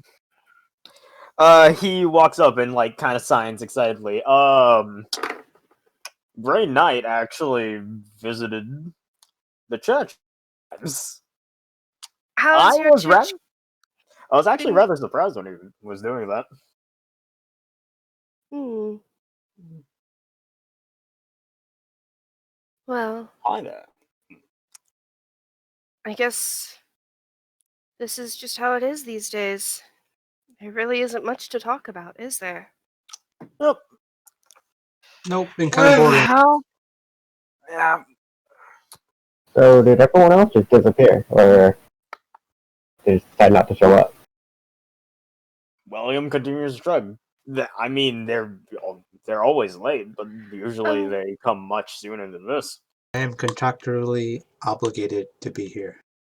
Perhaps Belle could try calling the others, seeing if they are just arriving late or if they're not showing up. I mean, I guess. I guess Belle, this would yeah. be around the time we would feel the meteor. I'm presuming if I have just- one thing left I wanted to do. Okay. Denias's little medical robot would come in dragging like a box behind him, like it's literally just tied to one of his legs. William, remember? You recall how we took down the monster of Magadan, correct? William gives you a swift, vigorous nod. Yeah. Samael? Putting that there? Yep. The robot just drags the box over to you. This is for you if you play it right now. When you open the box, there's an electric guitar and a small amp. William like opens it and he's like, Oh no. and he reaches for it, stops, composes himself for a second, and just kind of stiffly turns toward you and says, and signs, just very slowly, a knight must eschew pecuniary reward. I must give you a favor. Yes, favor. The favor for me was you playing it. I recall the riffs you performed when we killed that beast. Hmm. I simply wish to hear them again. On the metal guitar. He like Yes. William pauses, shrugs, and he's a lot more animated. He can't fucking turn down a request from an equal. So he pulls out the metal guitar. He pulls out the amp. And he just starts playing Dragon Force. Or this. No, he starts playing this. He just plays a bunch of metal riffs. Yeah! Ah, memories. well, No, the meteor's gonna hit now, and the metal riffs are gonna end. yeah. You play for it. All right. As Belle, I'm presuming, is about to pick up the phone to call the others, she suddenly.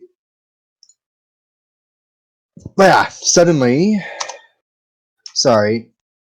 I need to figure out how the hell to use this thing. The lights flicker and turn off.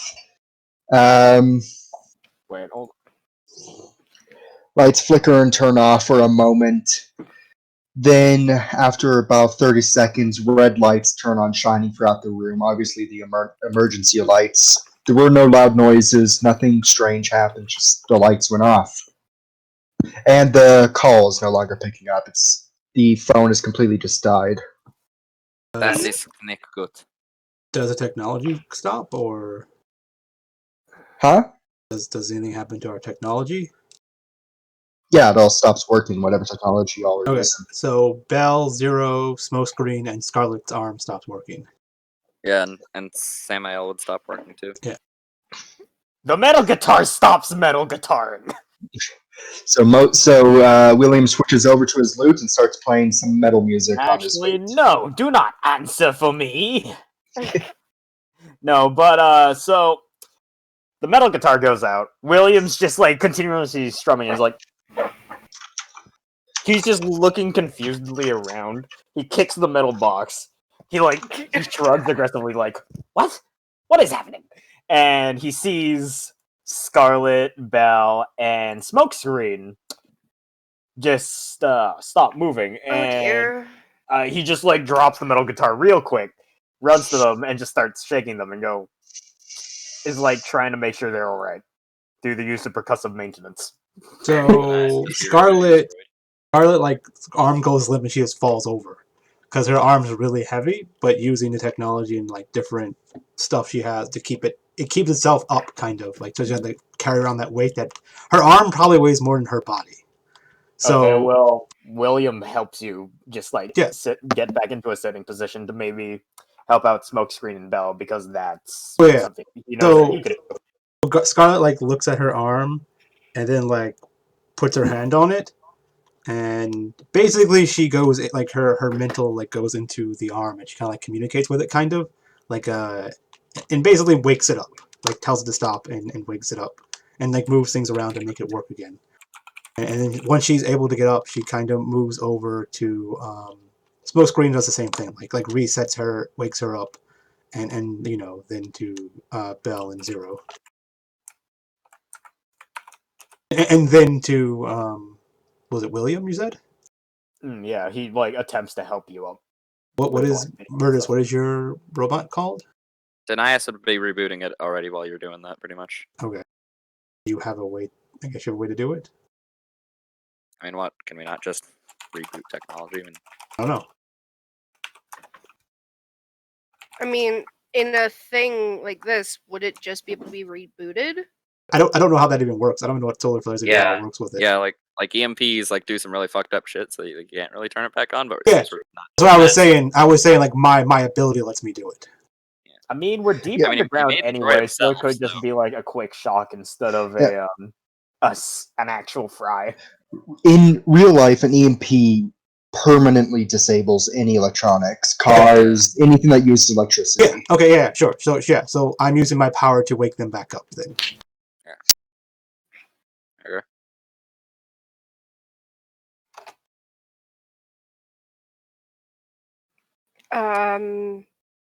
So is anyone else wondering why that happened?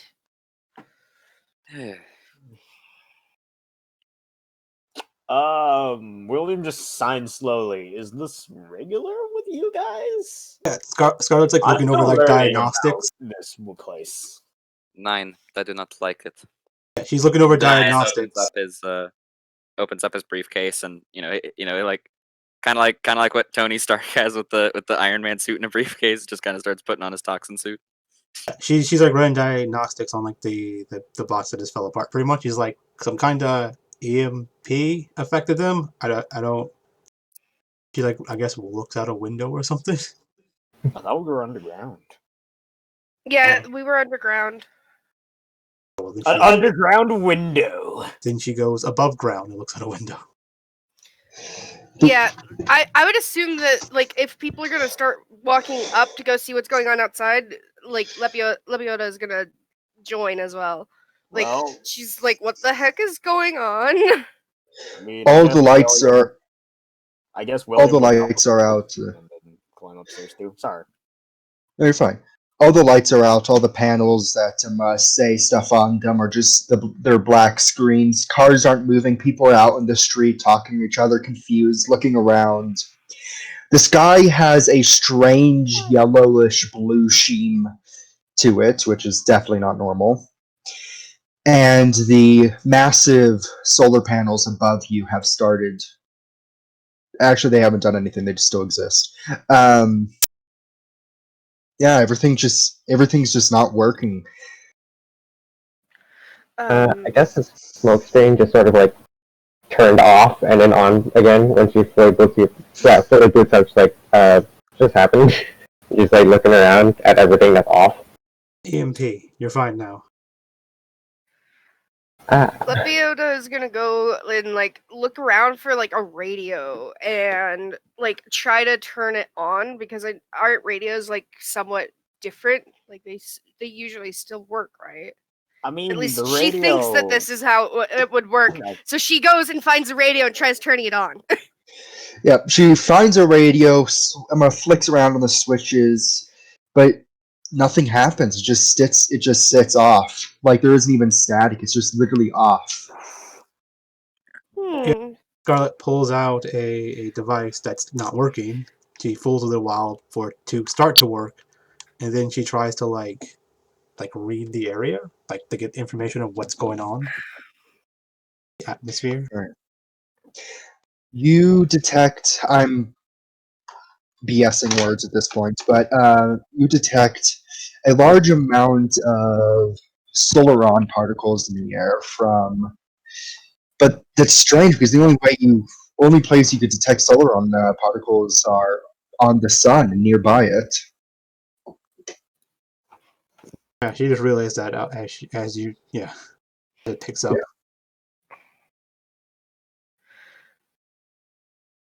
So I assume there was some kind of solar flare or something. We need to get in contact with the media or someone who would know what's going on. A scientist?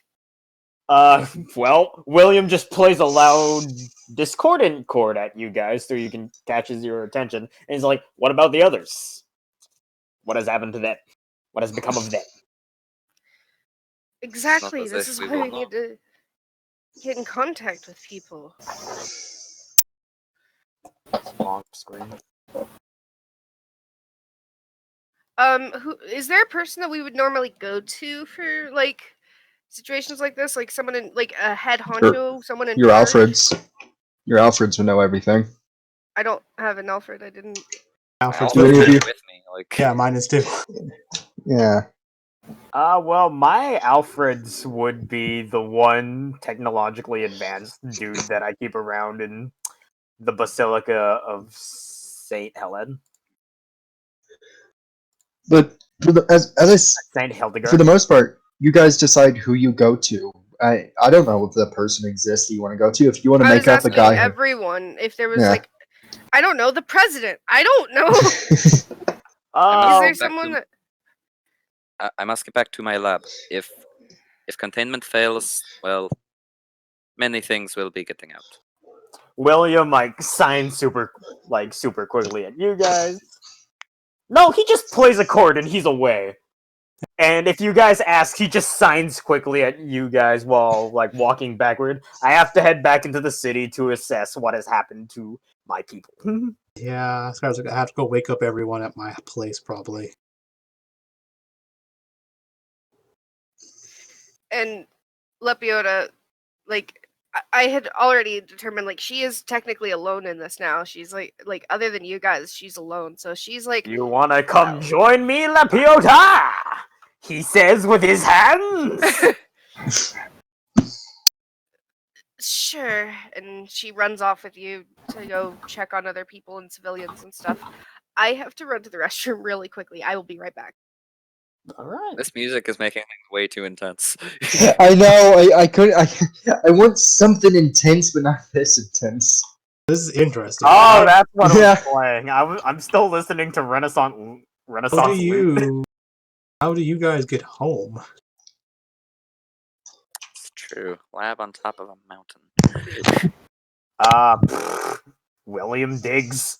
He's a skeleton. He summons the skeletons to ferry back himself back home. No, okay, so Lepiota goes through the ground, right? William goes through the ground. So- Why he summons skeletons? He plays the coffin, the dance of the coffins on his mythical Well, hurdy-gurdy. actually, goes. EMPs wouldn't really affect a motor vehicle, so yeah, I guess just Denias gets in his car. No, an EMP would. An EMP would wipe out a vehicle. No, it doesn't knock out cars. It does.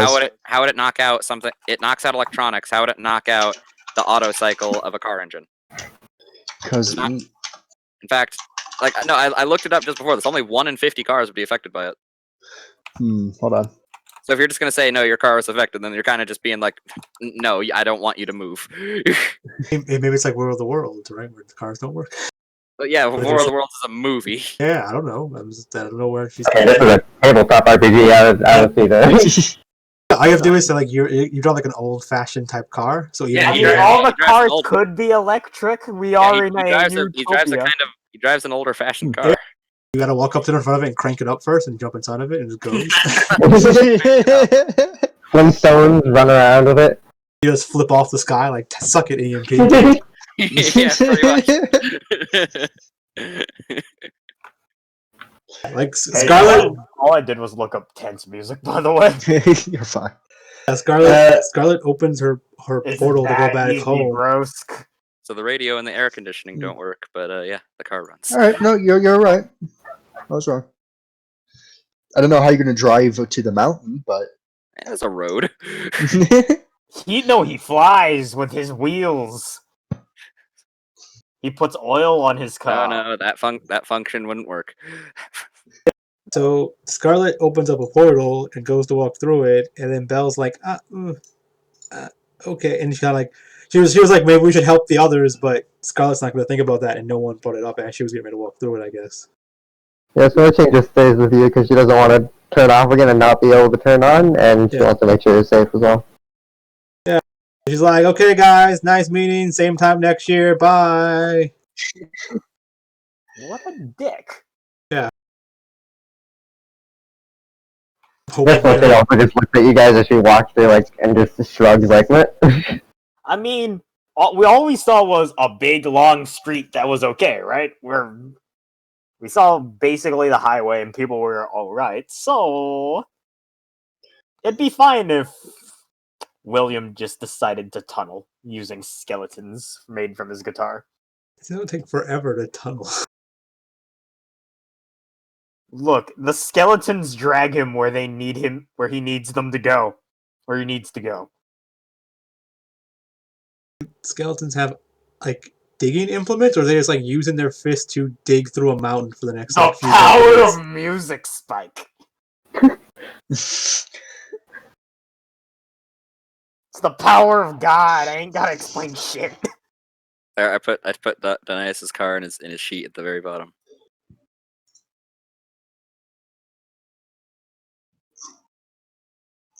Or if you want to be boring about it, William just sprints very fast. Well, no, the way it works is the way it's not boring. So again, about Fate is you have tools to do interesting things, but you're supposed to be creative with it, right? You're creative when you make your character, not when you just make up bullshit for the character, right?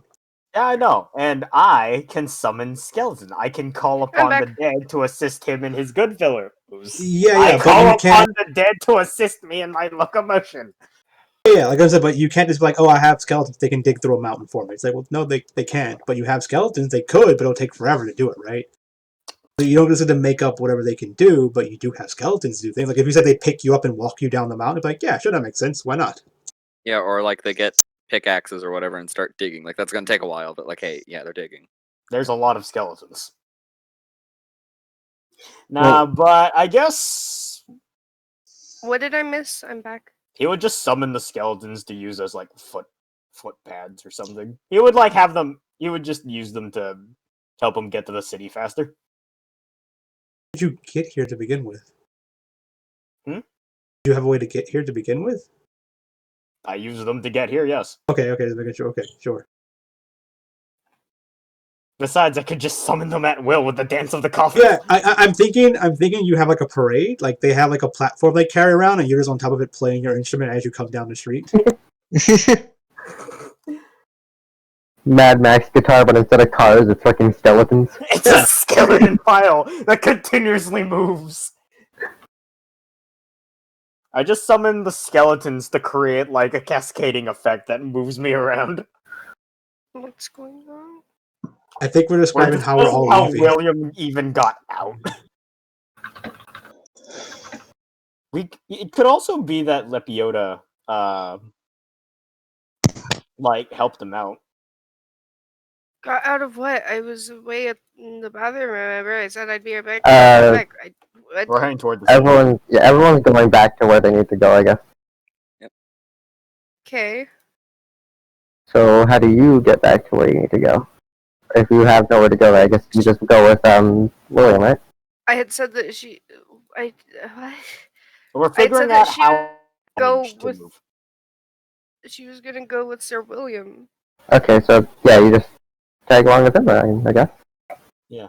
She hitches a ride on the skeletal wagon.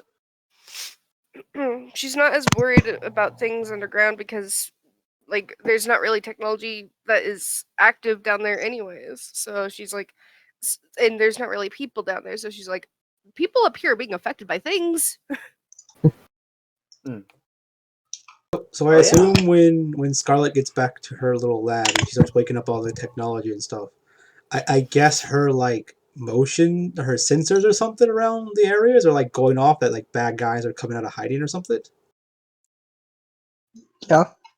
Yeah, you get as you're doing that, suddenly a whole bunch of sort of holes pop up around the city. You start getting sensors of seismic movements around the city, well, the entire planet. Holes are popping up in cities, in the middle of the wilderness, everywhere. And it would appear that life forms are coming out of them. As for anyone currently in the city, which I'm presuming is William, the Lepiota. mushroom girl, yeah, and Dr. Denius driving, you'll begin to notice that a lot of thugs have come out onto the streets and starting to mug people, beat people up, do all that stuff, loot places, set places on fire. Basically, riots are starting. Denius runs some of them over. Okay. Well, William does a drive. William, using the power of the skeletal wagon, as I'm gonna call it now, and his bladed loot, just like smacks people on the drive-by while on the way at the church. He They're goes lucky he's not non-lethal. releasing the painful poison gases. Wow. Like as she's watching the video, Scarlet's like, "Oh, good, the baddies are back. More shooting, more shooting practice. Can test. I Okay. have so many things I need to test on these guys. It sucked when they disappeared." Like says the smoke screen. Test subjects. As this is all happening as well, a grand downpour begins. However, one thing you do notice is that the water for the rain droplets, they too have a yellowish blue sheen to them. Could I get any knowledge of what, like, would I be able to tell if there was a chemical difference? Because I literally thrive off of nature stuff and water. You do notice that there is a chemical difference. However, it's a chemical that you do not quite recognize. Yeah, Dr. Unless Denius you're- just sticks a yeah. vial out the window to fill up and need a sample. William ignores it, and he's just going full tilt toward a church. We can write our own scenes, right? Yeah. Well, I'm sorry for doing this, I guess, but when William gets there, shit's going down. It's a church. Thugs are doing the good old Viking technique of going for the church first. And the church is sort of half built, actually. It was under renovations when William actually left, and some of his followers and some of the construction crew are just kind of like hiding inside of the actual church building while thugs are just trying to bash down the windows and all of that jazz. And they keep doing this until they hear the rattling of bones, a very loud lute playing, and skeletons just showing up. And William just sort of jumps into the fray, lute in hand, and starts smacking people. Okay, I guess are you going to combat? Yeah. I mean, he can just say that he's beating up thugs. He doesn't really have to go into a fight for that. Oh, I don't? Nice. It's fucking sweet.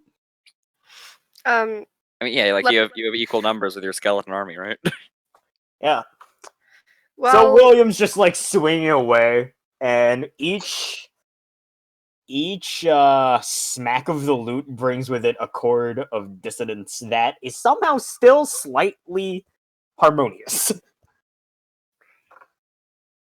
What you can do is you can make an overcome roll, and then, or you can also fight them in a verbal dispute. Like, hey, get out of here. This is no place. And like you stand heroically, and they're like, let's get out of here, and they run away, right? the heroes are back. He signs at them. They think. Get out of here.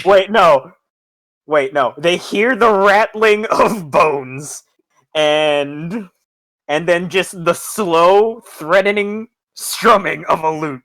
And out of the fucking fog, William walks out, and there's skeletons behind him, and he's just menacingly playing the guitar at them.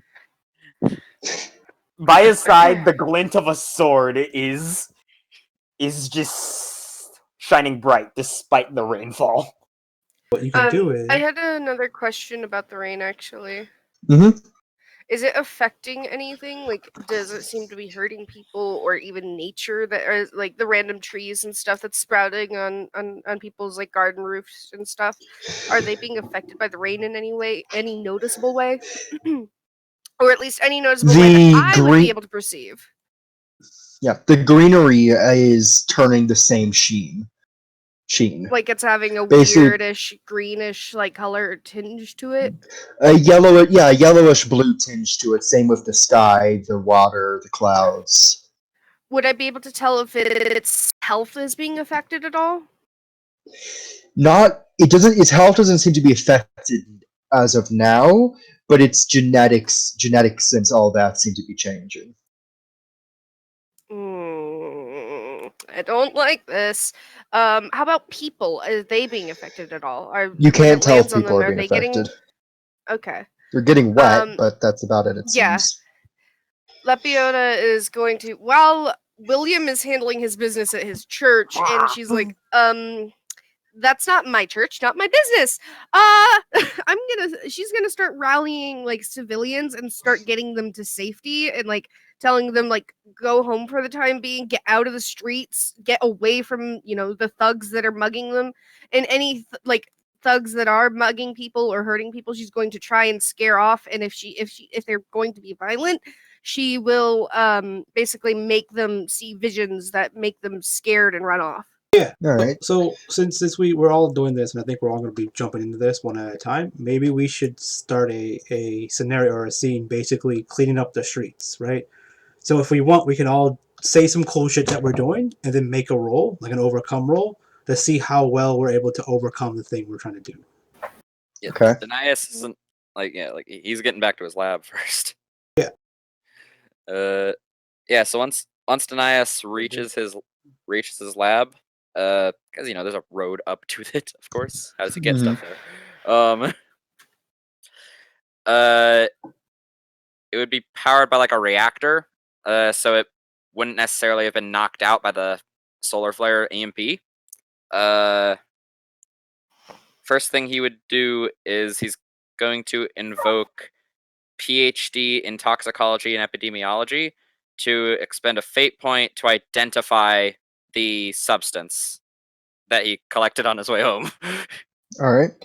Yeah. The substance is full to the brim of Solaron particles. So It's photons.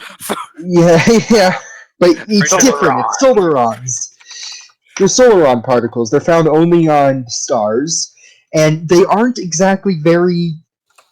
They aren't supposed to be there on Earth.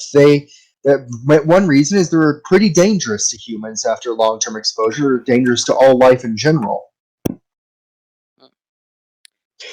Quite Humans research opportunity. Humans won't be affected for a while, but plant life definitely will pretty quickly. That would mean that I would physically start being affected by it as well, because I am part nature. Oh, you're a fungus, but yeah. No, I live off of nature medically, nutritionally, and physically. It's one of my aspects, and I had talked to you guys about it before. She can literally merge with other nature to be a part of it to continue her life. Well, Alright. you are welcome she'd in be the affected by chapel the of rain. Saint Hildegard to hide from the rain if you need it, fair lady. You are starting to turn bluish yellow. And how would I start feeling physically? Just this like tingling sensation in your extremities, like the tips of your fingers and toes and all that, but that's it right now. That's not good, and I should probably get out of this Yeah. rain. Denias would then essentially just go throughout his lab, making sure things are mainly the containment of his test subjects, all of the deadly diseases, and all of that stuff is secure. Because those things get out, we're gonna have a whole lot more trouble than an EMP. Scarlet just grabs her big gun and walks out in the streets with like a little umbrella arm attached to her arm that's like covering her from the rain. And she's just getting ready to go hunting some baddies. After finishing up all that, Denias just he has his gear with him already, and leaves his little robot to make sure the lab keeps working, and then heads back down to the city. I mean, do we have to roll that overcome? Yeah, it's just to see how well you've done the thing you were doing, right? You pick your stat that best describes what you've been doing. So, what would yours be? Flashy, Moses, because of how badass you were trying to be. Trying, but yeah, I guess flashy. So would I roll flashy? Yeah. And then I decide the DC, or Yeah, you decide a DC, or you can just be like, okay, 2. This is how well you did, right? And this is what you're able to get for what you rolled. It's up to you. all right. So basically, before I actually give you a succession, what are you trying to do? You're just trying to be a badass and scare them off? Be a badass, scare them off, and beat them off with skeletons. Beat them all? Alright. Beat them off. Hell yeah. Skeletons, though. Yeah. Damn, you're getting real personal with them, aren't you? Mm-hmm. The lot of them scream like they've literally seen Death himself and run off in different directions. Skeletons are spooky! Well, when coming out of different colored rain, they're going to be pretty spooky. I mean, undead knights coming out of spooky rain. Oh no! Yeah, they all scream and run off in different directions. Some carry their weapons, some drop weapons. One of them dropped a golden altar, which cracks a bit, but I don't know how they're holding it. Golden altar? How's he carrying an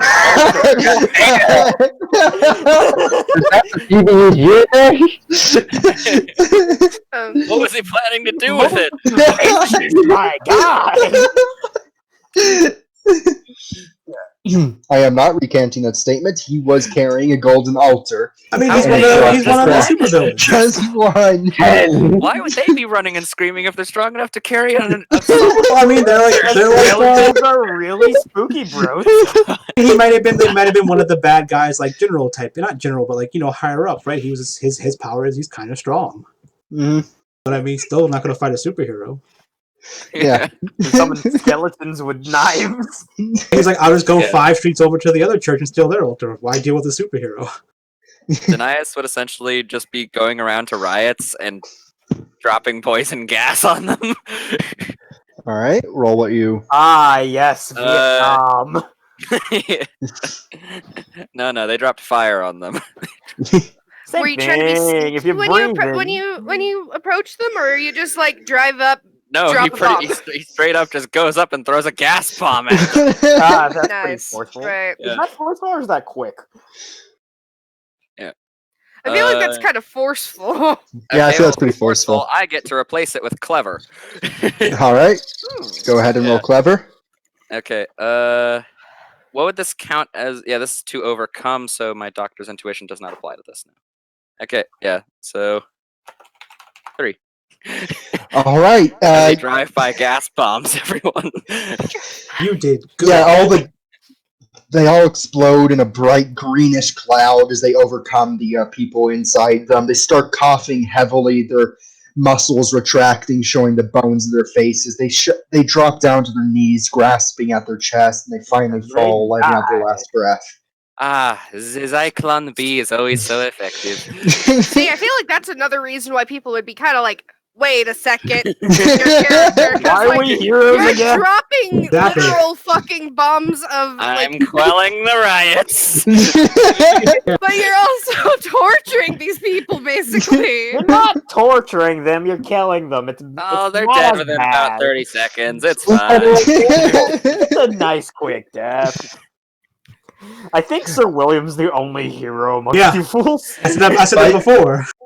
Well, while Lepiota does not like the utopia, she does care about the citizens and the people. It's just that she doesn't like the utopia means that people are now basically turning against her, and that when she was a hero, it was basically the only time that she felt accepted. Hmm. I mean, you could come to the Chapel of Saint Hildegard and we'll accept you. We're It's like Catholic over here. Fuck I your just want religion. to. I just want to be sure that we're doing things correctly. We're doing the overcome and all that correctly, and I'm describing all that correct, etc. Yeah, sure. Like you look, there's like I posted the like ladder. Yeah, like a 2 is fair and a 3 is good. So I mean, like that's they accomplished what they were doing, equal to that. All right, and okay, so basically, when they accomplish it, let's say the DC on him throwing the gas bombs was a 1. Below a 1, he'd fail, or Yeah. something would Yeah, happen. you set the About- DC of that, right? But we're not actually doing like an overcome thing, or like a fight or anything. We're just doing something cool right now just to see how well we're doing because we're all just going to be doing this, right? Okay. I mean, you could say like you could put like, oh, you need a 2 or better, or whatever you're doing it failed, right? Okay, but if he got like a -2, I could have said he fails. Yeah, poor, very He bad. gasses himself. Yeah. Okay, got it. Yeah. All right, go on. So I think Scarlet, I think Zero, her little assistant, is carrying a bag of just random inventions that she piled into a bag, and she's just randomly running down the street, grabbing things out of it and throwing it at people. So it's like this little bitty like ball that rolls up and rolls under a bad guy, and they like look down at it, and there's like it opens and like these tentacles come out, wrap him up, and like kind of like wrap him up like very, very tightly. And she's like, "Oh, okay, cool, that worked." But it grabs too tight, and then it like shreds through him like it cheese grates him. And, like, it's like, oh, Yeah. Another thing, are people mutating too, or is it just plants? Just plants. Just seems to be plants right now. Okay, yeah, because if people are mutating, Dr. Denias would be picking up the ones who were mutating and stuffing them in the trunk. Like, I need you these. do I notice need- This some- is mine now. and then, like every time she does something to like one of the people that like and the invention doesn't go exactly the way it's supposed to, she tells like Belle to like write it down, like, oh, adjust the calibration of how strong the grip is on this, or blah blah blah, and like so she's technically just running down the street using people as test subjects, kind of, right? Like with her inventions. So Go on. So I assume this is going to be clever. All right. Some cloves Oh, wait. are changing color to the blue yellowish sheen. Sheem. All right. And The color. All right. yep, you guys are that passed. Should Yeah, I it always makes sense. describe it when you pass, or do you? Yeah. Well, I mean, it makes sense, right? We can describe it like so. Like the idea of a 1 that feels about right, average. That's what should happen with prototypes. Some of them are working, some of them are failing. Most are failing, and she's fixing them, writing them down. So I guess while Bella's doing that, I'm around her while she's focusing on her test subjects. I'm like killing everyone else that's trying to run up on her. Yeah. So I was like people are running up, like, oh, Scarlet, get her, right? Because everyone knows who Scarlet is. Like, that's the main hero, get her, right? Or that's the one I see on TV all the time. He's like punching people as they run up. Yeah, I'm just fucking smacking people with this giant, pretty much a pendulum or a flail. Flail. I'm not sure what I would roll. What are you doing? What are you doing? Well, like I said, Saving people, he said? now that she, huh? So you were like saving people, like bringing people to safety and stuff?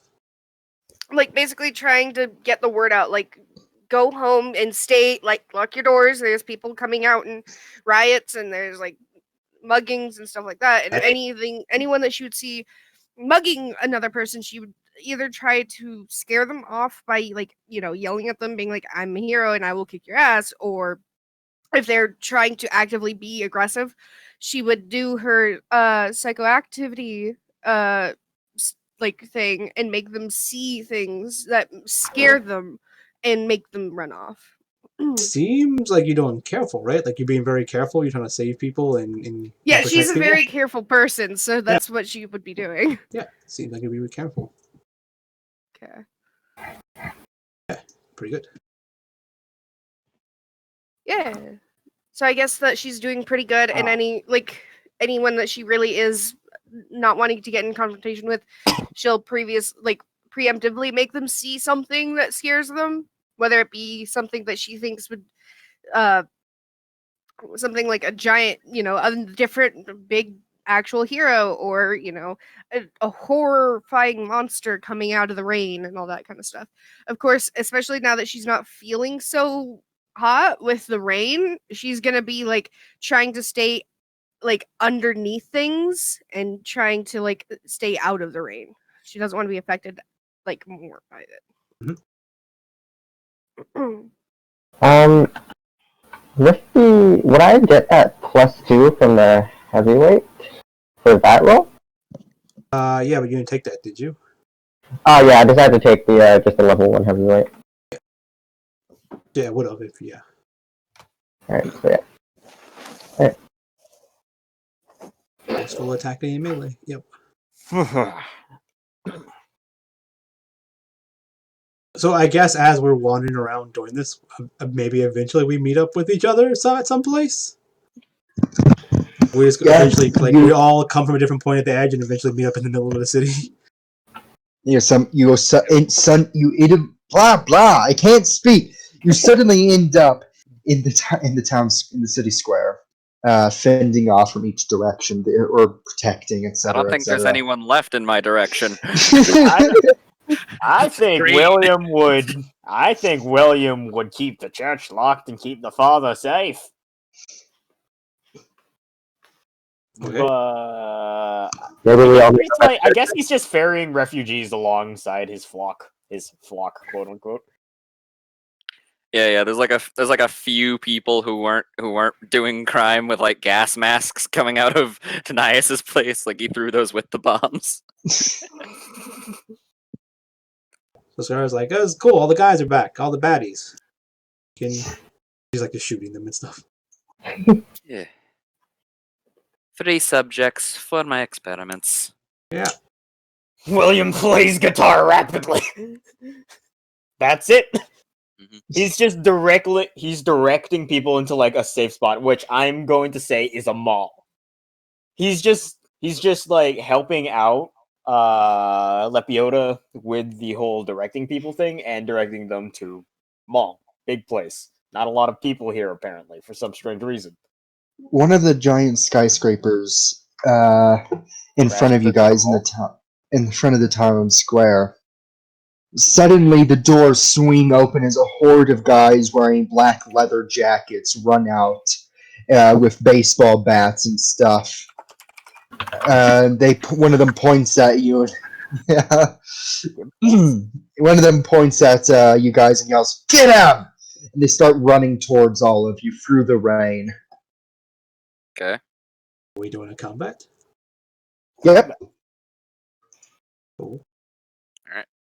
So a quick question: shouldn't we have like all of our character art like put in these places?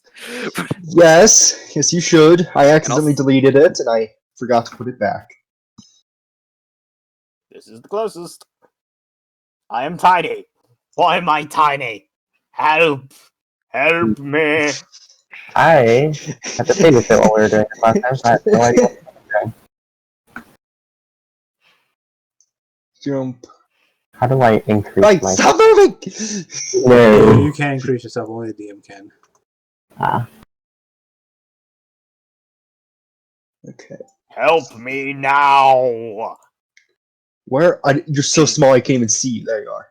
You can make them Right, long that's and true. you can make them long and skinny if you want, because all the art's supposed to be like that. Alright.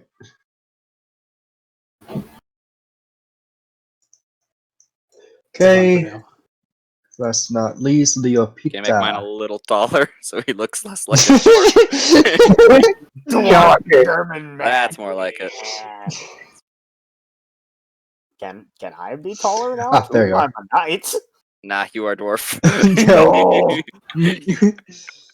Shameful. I will not have the child be taller than me. Fine. You want to be tall? Yes. There you go. Okay.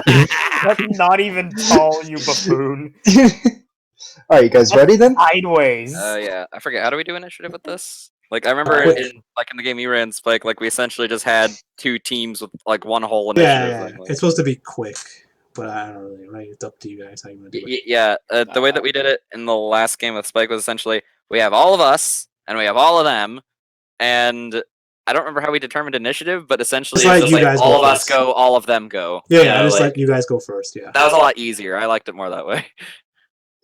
We could just like flip a coin, enemy versus hero. Whoever gets Yeah, heads goes first. I like that. That works. All right. So heads or tails? Heads. Heads. All right. I say tail, so we get both of them. All right. Enemy goes first. All right. All right. Now, correct me if I'm doing this wrong, but I'm just gonna. Yeah, like how many of them are there? There's about 20. Okay. 20 mooks, I presume. Yeah. Mm-hmm. All right. All right. Okay, well, if that's the case, then right at the start, there is poison gas in the scene from my thing, and there's 2 of them, 2 invokes. And it makes sense, there's poison gas. I've been going all over the place just throwing it everywhere. All right. The horde of them run at him, all of y'all, starting to hit people and punch people, which would be forceful. I keep getting zeros. I have the worst luck. I'm doing that roll wrong. All right. So then I decide what happens because of that. I presume. Yeah, you're kind of doing it wrong, but it should be 1. No, it should be negative. No, wait. It should be 1 there, but you have plus plus. Did you type in plus? No, yeah. Should it just be the number? Just with the number, yeah. Okay, like that? Yeah, that one's better. Yeah. Okay. Oh, what was the original rule? 1. It would have been 1. Okay. Alright, so they just run at all of y'all and start hitting you guys with their bats and sticks and all that. You guys defend. So, how many of them are attacking? Like, is this groups? Is this like groups? Like you said, it's 20 of them, right? But is it one big thing hitting, or is it like groups of 5? So there's 4 groups hitting. Like, how many attacks are they making, basically? Groups of 5, or groups of 4. There's 4 separate groups, each with 5 people. Okay, sure. Yeah, so there's 4 attacks. So who is this group attacking? Well, one of the groups is attacking Scarlet. That's the first one. This one is attacking Smokescreen with her. This one is attacking Leo. I'm just going to call you Leo. And this one is attacking the Bard. William! Wait, you made 5. Isn't there 4? No, the first one doesn't count. Okay. So these guys just start beating at Scarlet, and she just like holds up her hand with this little device on it, and it's like blue bubble, just like gritted bubble with like little,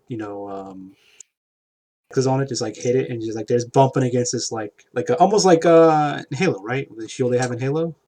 Bubble shield, yeah. Yeah. So there's like all right against this. Yep. So you deflect all of that. Would you just asking questions? Would you consider that a succeed with style, or do I consider like? So I succeeded so well that I get a boost against them. Oh, okay. All right. So then, do I decide the boost, or do you? No. The boost is just I'm better at interacting with them, so I get a boost against them next turn when that one group. Ah, okay. Sir William also succeeds with style. Sir William invokes the power of Saint Hildegard and plays a Discord chord that he just summons the power of God to make shields for him and his flock. Bwang! He's like, wow. All right. They all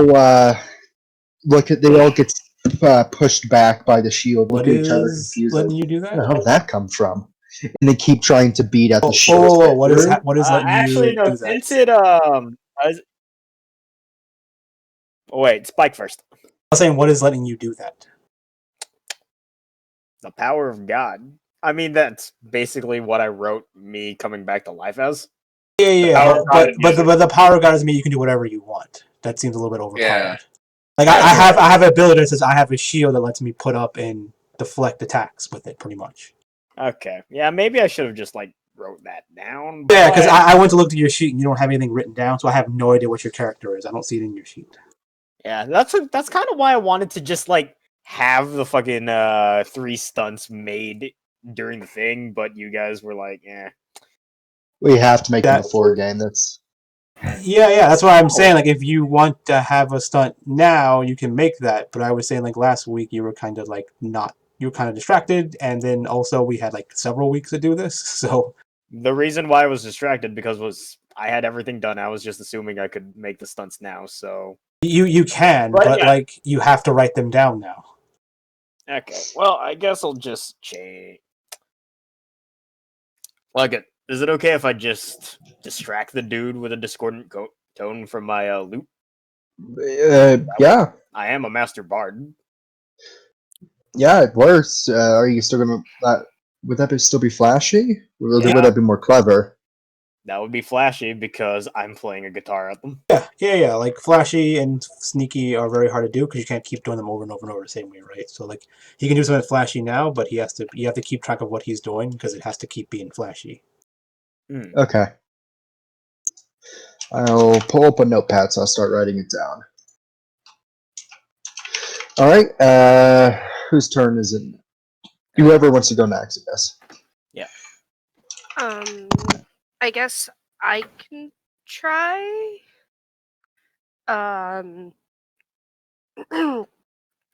So these people are coming up and attacking all of us, right? So to try and help even out the numbers, Lepiota is gonna do creation and summon a move of her Wait, own. no. 2 of You you have have to to react. defend it against the attacks. Yeah. Huh? 4 of you got attacked. Like Lepiota, the 2 that's attacking you. No, the 1. The other 1 is attacking you. So you have to defend against it. Yeah, like how do you do that? She's a very careful person and would have like done a lot of training of like avoiding. So she'd probably try to like, kind of like, I guess ninja-esque style of like dodging and weaving, like bob and weave, That would be countering. probably more quick. Okay. Careful is very hard to do in combat. Yeah, I understand. For careful, you could, like, I guess, like, maybe position yourself really well. Yeah, that sounds right. All right. They rolled a 1. Yeah, so you took 1 damage. Yeah. So one of their bats swings down against your arms, hurting it quite a bit. So I believe that would mean that you now have this. Am I right? Well, you don't decide that DM. They decide where to allocate the damage, but that would be Oh, the best way to okay. put it, So yeah. I'm not sure what I'm still not used to this. So the thing that is set up here for my character is the damage that I take. I take it. Yeah, so if all those get checked, you die. And the idea is at any time you can say, I give up, and you no longer get to fight anymore, but you're safe from death, pretty much. Okay. Oh yeah, by the way, Moses, Ava said that the last attack was against you, which is a -1, so you succeeded with style. I thought the No, the 2 was Third at one. smoke screen. Yep. The native one was that, Moses. Oh, okay. Yes, so you get a booster on your next turn against them. Yeah, I already thought I had a success with Zao because I thought I was rolling against 1. Nice. You have like a thing that gives you a So since I'm lesser- defending, can I attack? Can I counterattack? Oh, we'll wait for our turn to attack. Well, Hmm? smoke screen still isn't defended. Yeah, we'll wait Yeah. for them to defend. So I guess I just, like, as they're, like, trying to hit me with the bats, I'm, like, punching their bats away from me. Nano machine, son. Like you can But, just yeah. stand there and let them hit you with the bat, and you just hit you over the head with it, and you just stare at them, right? And that's a forceful defense. Yeah. That's what that do. Okay. That's how my forceful character. Oh no, it's a faceless. Yeah, succeed. All right, you succeed with style. Succeeding with style, isn't that 3 Three, yeah, points 3 above Oh, theirs? yeah, I not was wrong. 2. Sorry. You succeeded. I thought it was 2 points above. No, 3, it's 3. Ah, okay. 3 more. So You succeed. they just look at you surprised, like how the hell did you do that? But keep attacking until you stop defending, I guess. That's Yeah, something so my old I- character would do. He'd shoot other people's bullets out of the air. Nice. Okay, well, I mean, I didn't get attacked, but yeah, it would be our turn now. I forget Yeah. how we did the whole things. Like, didn't we just have it be whoever says they're doing Or something want to do first? something like because the idea is some people should go for others. Like technically, the support character should go first to set stuff up, and then the attacky character should go last to use the support stuff. Oh Okay, yeah, so- I can support you. So William plays a few fucking. He plays a rousing chord on his loot because this dude sucks so much that he would just be distracted by a mere loot player. So he strums very loudly and very eagerly and uses that to scratch out and uses that to help you guys. You take a Okay, help so- action. Is that what you're doing? Wait, hold on. As an attack, could I play something and then smack someone and it would count as flashing? So I don't know exactly what you have for your stunts or anything. 'Cause I can't see them. So you're on your own on this until you put them on you your should really, sheet. you Okay. should really show everyone what you're able to do. and your aspects and Basically, all that. all So- you can do from a base player is you can take one action to hurt someone, or you can take one action to set a scene, basically. Okay. And when you set a scene, you set Yeah, a like, here, scene, I'll- hurt someone, you describe how you're hurting them, and then based off how you're hurting them, that's the stat you need. So if I'm going to punch them really hard, you make a forceful, right? If I'm going to quickly jab them, you make it quick, right? If you want to I set a have to go scene, back. My you ears want to set a bleeding. scene, you describe what you're trying to do, and then based off of whatever you're trying to do, you accomplish something, right? Like you're trying to knock out the fire hydrant till water flies everywhere, so there's water on the battlefield now. However we use water, we use it. Okay, so yeah, like here, I'll give an example like right now. All right, so Ava, we're in like the town Okay. square, right? Ava's in the Yeah, bathroom. she went to the bathroom. Oh. Yeah. Okay. Yeah, she said her ear's bleeding and she'll be right back. Oh, lovely. I think she Yeah. meant that in like the Sen. Does she mean that in the literal or the? I'm pretty sure she means literal.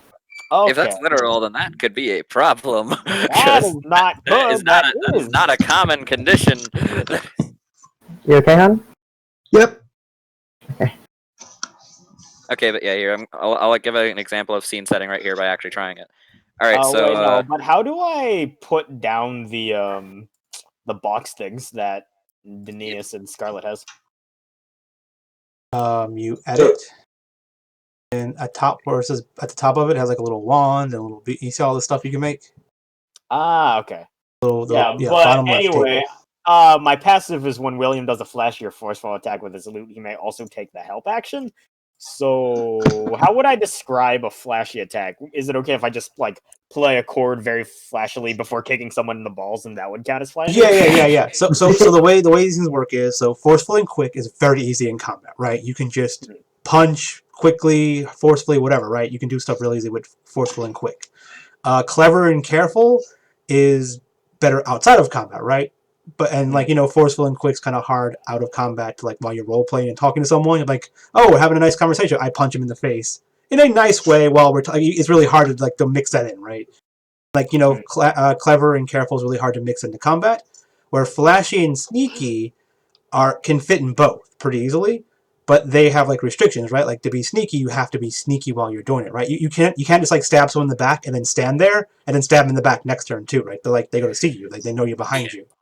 When you do something flashily, it has to be flashy, right? Like it's like a magician doing a magic trick. If you're just doing the same trick over and over and over and over, it's no longer really interesting, right? The idea is to attack Flashy like, you just have to keep doing different cool stuff. It can't be the same thing over and over and over. So if you play a really cool song, sure, you did it once, but next turn, if you're trying to play a really cool song, it's no longer Flashy, right? And you have to keep reinventing and making cool stuff. So like Flashy and Sneaky is really hard to play, but it allows you to be more creative. It like forces you to be more creative. Okay.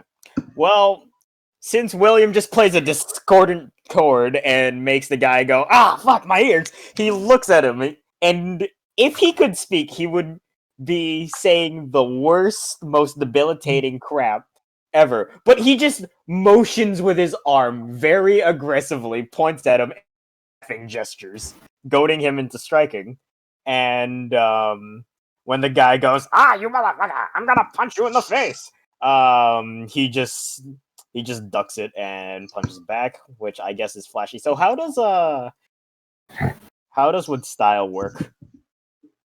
With style, well, You yeah, make an they attack have to defend to first. defend your attack. Yeah. So how does the mook defend? Oh, right. I Sorry, goad the okay. man into striking, and I hurt his feelings super bad. That's it. That TLDR. Like, All right. William just he derisively points at him and makes laughing motions, and just like goads him into a strike, and is preparing himself for a counter strike. he defends, or at least attempts to defend. Let's see. All right, gets a 1, so that means he failed. Okay, Yeah, and so- now you had a booster against him, so you got a 6 and they got a 1.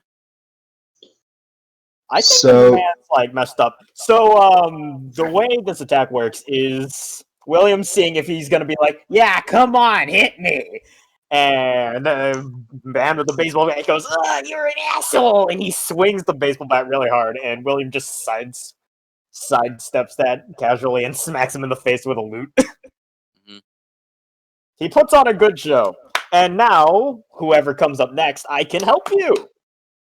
Yeah, well, yeah. Now the next support guy is gonna go next. Me and You can choose to help whenever you want throughout the turn, basically. yeah. Yeah. Okay, so Ava, so like, what is in the town square exactly? Like, It's a literal square surrounded by Okay. skyscrapers. In the middle is a giant statue surrounded by about 20-ish trees and shrubs and grass. 4 benches surrounding the statue itself. Light post, just your average town square. Think of a town okay, square. Yeah. so are the light posts, are they gas or electric? They're electric, so they're not working. Okay, so they're not working. Yeah, electricity's down. Okay, it is raining, right? Yep. Okay, so what Dr. Denias is going to do is he is going to release chlorine gas into the air that will bind with the falling rain to form hydrochloric acid that'll form into a bunch of puddles all over the ground. Ooh. All right. Yeah, real science. Right? That's why So- chlorine gas was so bad in real life. So then, It would do that. yeah, Paige, you set his DC to accomplish that. So I said, okay, got it. Do you need me? Should I say it before you make your roll? Yeah, you have to, usually yeah. you know the DC. Okay. DC of 2. Okay, and because I'm creating an aspect for the situation, I get a +2. So, yeah. So I got a 6, so I succeeded with style. So that means there are 2 puddles of hydrochloric acid in the scene now. Okay. Hydrochloric acid, would that melt bones and metal? If you step After a in little it. bit, yes. If you, Yeah. yeah. So how do you decide you make 2 puddles, or did something in the roll decide? I you make 2 succeeded with puddles? style, so I make 2 puddles. And if you didn't Basically, succeed with style, you just make 1. No, you make If I succeeded. you make any number of puzzles. You make 1, you make 50. We don't know how many puddles, but basically we can invoke it twice. Yeah. Ah, okay, got it. There's no placement of the puddle. There's no You just say placement. It's not affecting you in any puddle kind of bad where way. we throw it out. It's not affecting you in any bad way. It only helps us. Mhm. It's only good for us. So yeah, now there's a bunch of poison gas in the scene and a bunch of acid in the scene. All right. So now the fighter characters are going to be able to invoke those to make them hit harder. And I'll show an example of that. So now Scarlet's going to basically turn, pull out her big gun and just blast this big group of people that were shooting her. So I'm going to do that. Big I gun. get a I 1. help you. I get a 1 because I rolled a bunch of negatives. I help you. So does that mean I'll get another one? No, don't help me yet. So now they have to defend. So we got to see what happens. Okay. They quickly, so I'm real quick. I'm gonna do sort of a cart or try to do a cartwheel out of the way. What the fuck? Oh my You god! know, I'm acrobatic know how to do flips. Let me just. All right. That's Obviously- nuts. And God. then roll. Damn. So, All right. Thanks So for I'm, going so easy I'm on us, dealing lady. 4 damage to them basically right now. Now I shouldn't use any. So they only have 5 HP technically. I would assume because they're groups of 5 basically. So that's 5 HP. Mm-hmm. Yeah. So Yep. basically, with the help of Sir William, that does 5, which will then kill off my group of mooks pretty much. Oh Alright, wait, so yeah. I dealt 4 damage to the mook that tried to smack me, right? So he's dead? Or just very unconscious? Basically, so the way it works is they're kind of like swarms right now. Yeah. So think like you spun around bashing them with your loot. You basically knocked killed, out like, 4 of the 4 of 5 them or guys. something. Yeah. Yeah, there's one left. All right. Now So, whichever fighter character's next, yeah. So then I'm done. So I put away the gun and I like laugh maniacally because I just blew up a bunch of people. They were very distracted by the fact that William taunted them with nothing but his fingers. Like she went to shoot them. They all tried to cartwheel, or the 4 of them tried to cartwheel, but they suck at it. So they always got blasted because they didn't have to get on enough time. And then the last one turned and got distracted by you and got caught in the blast as well. They saw you all doing cool stuff, so they wanted to join in on the fun. Okay, so yeah, Lepiota or I was Smokescreen. thinking that Smokescreen would go after Scarlet. Then I guess I just fucking charge at them and start beating them down. Pretty forceful. Yep, I will try to do that overclock. Tiny Nope. Asian Okay. lady destroyed So, I Big guess- Man. So you got a +2, right? This is for my overclock ability, and since I rolled lower than a 4, it doesn't work. For your And weapon. just at the start of each of my turns, I can roll forceful, and if I get higher than a 4, I get an extra action. All right. So then they. That doesn't So work, you just- so I guess... Because that doesn't take my... That's like your action. No, that was just an ability you're using. So you're fine. You can keep going. Okay, yeah. So I still try to keep them down. And that's a +2, so that's a 6. So now they defend. All right, and they defend by quickly stepping out of the way. You add your forceful thing to it, or did you take that stunt or no? I did, but I didn't. Okay, so they take Uh, 3 damage because you have a 6 with your +2, and they got a 3. Now, with that 3 damage, you could then invoke one of the aspects that Denias has created to get a 5 and kill them. I'm Then gonna I do that. I invoke your Yeah, how do puppy, you do it? and I'm punishing him, and I guess I use my drone and sort of clothesline them and make them fall into one of your puddles. Yeah, Right, and and start also something else to make things easier for you guys. We get to narrate the whole thing that's happening, right? So you get to describe I go to punch them, and then I see that I go to punch right, they duck right. I punch left, they punch duck left.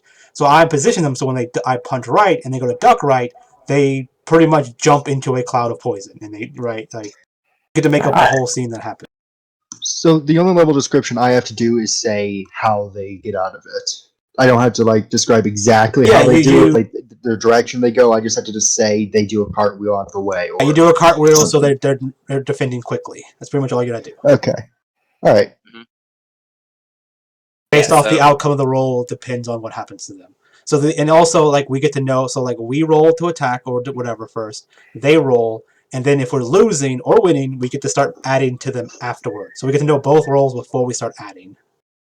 Yeah, also, All right. you can invoke multiple things at once. Yes. So if you rolled low and they rolled high enough to defend against you, you could invoke 3 of these things at once and be like, no, they all die. They jump into a bunch of poison and fall in a bunch of acid. All right, cool. Yeah. Only one invoke per roll though, so you can't like activate poison gas twice in the same roll. Yeah. So you could invoke both acid and poison, but not both poisons. And you can use your fate points to add additional +2s, right? So because the fate points are basically your aspects are basically these things on the field, but on you permanently, right? So the idea is no matter whenever you activate anything, you get a +2 to the roll. So these are things that are being created in the world, where our aspects are things created on us. How you utilize those. And instead of getting a +2, you can choose to re-roll instead. So if you get 4 negatives, it's probably better to re-roll, right? Instead of just adding a +2. Yeah. Yeah, like if Dr. Denias failed a roll to like figure out like some kind of, like chemical thing or something like that, he could like invoke his concept of biochemical mastermind and be like, no, I get a +2, It's fairly simple, but very complex, right? Like the base of it is very simple, but what you can do with it is pretty, complex. Okay. So we took out 2 groups, and one's Yeah, there's almost 2 taken out. groups. There's 2 groups left. One of them is at 1 hit point, and the other one's fine. Okay. Would being a skeleton be an aspect? So since Not really. do That's more your I, concept. do stunts count towards the fate points? Those don't cost fate points to use unless it Don't says so. cost. Okay. I just wanted to ask because I was slightly confused on that, and I just But you wanted to have one that check. says that. Yeah, unless it Yeah. says it costs a fate point, then no. Then since there's basically 6 thugs left, right? Yeah. Because they were In 5-person groups, and there's one full group left, and then one from one group left. Mhm. Correct. Then Lepiota is going to use her spores to attack all of them at once and do Okay. damage. Roll your attack. Would this be? I don't think I specified what I roll for it. So she's What does going it to say? go around. Huh? What does it say? It's in my character bio and info. You can see it. It's Yeah, you didn't spores. Once per scene, Specify you like can... an attack with Oh, I did. Okay, you can carefully use your spores to attack all enemies around you, dealing damage, because she's basically carefully sending the spores specifically to them where they'll inhale them. Yeah. Yep. You just so make roll your one attack. attack. So 4. They Every enemy has to prevent that 4. they defend by trying to hold their breath. And they take 8 damage and die. So you basically should make a roll for each of the 2 groups left, though. You should make another roll for the second group. Yeah, so one group dead. All right, and the other one's also being stormed by the spores. All enemies. Yeah, because They this do is the an same attack thing. against all enemies. All right. And they take 7 damage and die. So Leviata's spores are just massively swarming around their faces, and it basically sticks to their skin until they inhale. So if they're just holding their breath, they either just pass themselves out, or they eventually inhale and get poisoned and basically asphyxiate. The idea is that word they're out. trying to hold their breath. They just had a bunch of excitement, right? They were just running around, pillaging, screaming, yelling. And Huffing I'm and gonna hold my puffing. breath. Nope, can't do it. Yeah. All right. So we've successfully eliminated. Why? I will be right back. I'm presuming I don't need to be here for a quick moment. If I do, then I'll stay until I need to. No, it's fine. Okay, I'll be right back. So yeah, Pathetic. Scarlet's like, yeah, and she's just shooting her gun in the air, bad guys are back. Also, you dealt damage, right? So you regain that 1 stress. Yeah, I'm pretty sure that'd go away at the end of the scene anyway. So William just plays a rousing ballad on his lute and proceeds to help the civilians outside to get back inside the mall. Yeah. Lepiota would definitely be huffing and puffing from moving around, and not huffing and puffing, but she's definitely breathing hard from moving around so quickly, and she hasn't been in a fight in a while, so she's like, wow, I need to stretch my muscles more.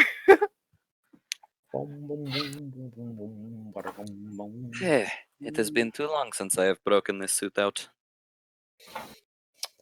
William gives you a swift nod and proceeds to continue playing to like direct the people and calm some of their nerves because hey, Yeah, they did just see a bunch of people get poisoned, melted, beaten the shit out of, blown up, and Some heroes we are. Yeah, Scarlet, isn't this great? The Hey, bad guys they're are back. back. Marvel superheroes Yeah. instead of DC. Scarlet's like, isn't this great? The bad guys are back. And she's randomly just shooting people that she assumes are bad guys because they're around the riots and stuff. I mean, yeah. Wait, William sees this and he Yeah, he like he Lepiota would points also at your be like- gun real quick, like he like wags his finger and then points to the real bad guys and continues distracting everyone with his guitar. Yeah, like anyone running in a panic, she assumes is not a bad guy. Anyone that's not running in a panic, she assumes is a bad guy. So she's just shooting anyone not running in a panic. Lepiota would try to like get your attention and be like, "It's over, it's over." No, look, that one's over there. And he's like running for his life, but he's like obviously a thug, but he's still running for his life. It's See, over. this is the problem of wearing a uniform when you're a bad guy. Some guy dresses as a clown. It's like, obviously it's the bad guy. Okay. So she's like, okay, I mean, cool. I most guess of we us got look like bad guys. Yeah. I'm a knight. I'm a shining knight. I'm a Yeah, but if I Not look at your shining character, at all. you look pretty evil. You look pretty... look. You're from Darkest Dungeon. That is fair, but I'm a bard. Do you assume a bard is evil? Yes. Especially a necromancer bard. Yeah, who's a skeleton. Fair. Look, the power of God is hard to explain, okay? Yeah, like okay, so Lepiota looks like a fucking witch doctor. I'm literally a cyberpunk plague doctor. We got fucking I'm having trouble describing what the hell Scarlet looks like, but it's evil We have a looking. waifu, we have an edgy waifu, and we have a bard, skeleton man. Yeah, We have a masked waifu. we have anime villain, we have cyberpunk antihero, we have cyberpunk plague doctor, we have witch doctor up there, and we got necromancer bard skeleton. I think we were like the misfits of the actual like superhero team. Yeah, there's no like pristine Superman like figure amongst you. It's all you. Yeah, like the least evil looking person is Smokescreen. Hey, I look that evil, do I? You look like a witch. You Please, look like- I would be scared if I saw you. I would be scared if I saw you. She kind Or of looks mildly sad. attractive. Yeah, that too. Smokescreen looks like a regular good old anti-hero, but everyone else looks so much edgier. Except for William, who's just a bard. I want to make it canon that kids like Lepiota because she lets them try on her mask. Oh yeah, Hey, and sure, why then she takes off her mask and they run away because fungus face. No, there's two masks. You are a fool not having a mask underneath your mask. She would have bandages on even over her face, under her mask, because she wants to make sure that the mushrooms that are on her are like taken care of. Can it be canon that Sir William is kind of well respected despite the fact that he's a skeleton and a bard? He's a kick-ass bard Yeah, and he runs it's up to you. charity. It's up to you how you like- are. Yeah, I think people like William. I mean, Denias is respected in the medical community, not in many other places.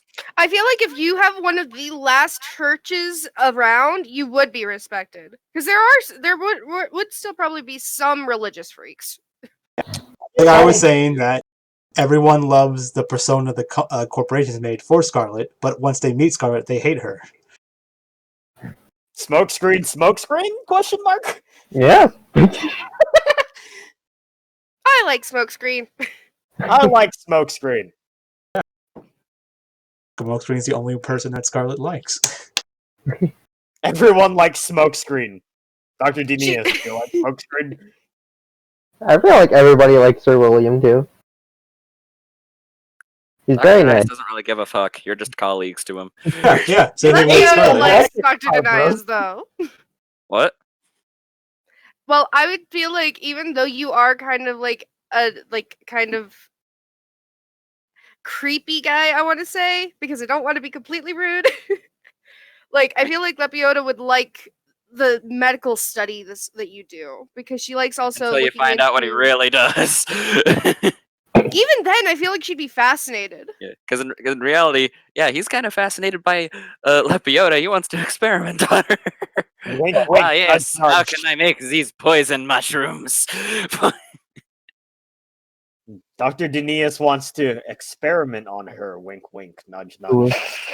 Yeah, No. now he's gonna find a poison that can kill undead things, so that he kills you. How can you kill that which does not exist in this universe? William doesn't speak. Create a disease that wipes out all furries. Haha, yes. Oh, that's easy. That's why why furries in this game. Get a lethal STD. Boom. Yeah, Just it was. put It was. poison in every animal's asshole. Rip all animals. No, it's fine. It doesn't hurt them, but it hurts the furries. Yeah. It's protective. Yeah, Ava, I've made it canon for your game. There's no furries because Dr. Nias made a disease that killed all of them. I mean, it's a utopia, so Yeah, it's a utopia. Sage, do you take offense to this? Can we kill A all little furries? bit. I She's am a- a furry. she's a furry. I Alright, have a You're dead persona. too. You're- I'm just messing around. I'm not trying to offend. I'll be honest, Dr. I'm Nias. picking too. Okay. I mean, I have a plague sona. I'm actually just playing him right now because that's what Dr. Denias is. I was only kidding, anyways. I don't think you were actually gonna try and kill all furries. No, Are you no. sure about that? You In sound the game, offended. all furries are dead. So I assume we're going to be ending soon because I don't know how long we're going to. I don't know how we're going to get back into the game and then last even longer. But Yeah. I would assume that it was a good spot to allow everyone to do a combat and to see how the game kind of flows. But I would suggest Paige next week having ways to keep us together, right? Like having a reason, like us having a call to arms or something. Because like if not, I can change my character to care, I guess. Yeah, no. All right, I understand. So basically, give you all reasons to work together and save the city or the world or whatever. I mean, Dr. Okay. Nias already has one, which is his trouble aspect is, research opportunity. Yeah. William already does too, because he cannot go against the Code of Chivalry. If Yeah, he also, turned his back against all of this, there was just Also, Ava, don't See, delete this thing also- here next to Denias, because like he gets that at the start of every scene when there's a fight. So Okay, got it. Yeah, so yeah, this is the reasons because like again, Scarlet's keep walking away back to her workshop to keep making things to come back and kill more bad guys with them. So like she needs someone to wrangle her in to be like, hey, you got to help us fight bad guys. Like, fine, right? Yeah, so What she. if William just played a guitar tune using electronics that touched her heart. I mean, she kind of already showed how you get her to. She likes sweets and stuff, right? So. Just create a trail of sweets to the enemy. Ooh, piece of candy. Ooh, piece of candy. Lepiota, I'll make you my special William- candies that are peanut rose William syrup. stops you. He pulls out licorice and he points at like a thing that you're doing right now, and then he wags his finger. Then he pulls out some very nice candy. I was gonna say licorice. Bad Yeah. guys. Like licorice, ew. And you show the other candy, she's like, oh, okay. It was to show me how good the other candy is compared to the bad candy. I I get can your Yeah. trick. chemically synthesize a candy that would be perfect for you. Yeah, you're like, I get it. But just give me the candy, and I'll kill the bad guys for you. I think this is going against the Code of Chivalry real quick. Let me check. I'm getting- Only a little. I'll get it, my bad little kid. While I Pecuniary can... reward. So- Bribing a child to join you in a fight is totally not non-chivalrous. Actually, it doesn't go against the Code of Chivalry according to the Song of Roland. It So I- respects the honor of Scarlet because I respect her ability to fight. You know how many child soldiers were led into combat? And Yeah. That's not a good thing. Yeah. yeah, the I knights mean, is Chivalry You're wasn't considered- always good. chivalry. You're actually was considered an barely adult ever when you're followed. 16. Was Guess I'm gonna end the stream. So. the Alright, first I- chivalry they ever really followed was the whole "don't kill each other" thing. I think we And then all. that got phased out when like armies were actually standardized. Actually, I think we all learned plenty, and I hope you all enjoyed the game. And I'm sure it's just going to get better as time goes on. Yeah. But Yeah, thank you for coming out, and yeah, I don't know what else to say. Have a good night. No. Yeah, that's usually what happens with Fate. The Because like Unless you all have sun is anything else deadly to, laser. like D&D and unless you all stuff have like anything else to say, I'm gonna head off. D&D is very mechanical, right? Like once Have a you good night. understand. Actually, Yes. so Dr. Denias' suit is meant to create the various poisons that he Oh, you uses. can't hear me. I want to actually try to do what he said right now using it, which is chemically synthesize a perfect candy for Scarlet. It Like poisons a her. She clever, dies. I guess. Yeah, I that think would be that'd clever. Yeah, that'd be clever. Should I set a DC? Sure. All right, I'll set a 3 DC. You have to 3. synthesize the perfect. I was gonna say, I probably should make it because it's the candy that I want. I was gonna say 4 because I want it to be amazing. Okay, in that case, So- I'm going to invoke Biochemical Mastermind to get to a 5. Okay, cool. So yeah, you get a really nice. Yeah, card. so I create. So he just creates the. It's like in a little. It's like in a Now- little like fucking ball. Hands it to Scarlet. Yeah, I believe this should keep you around.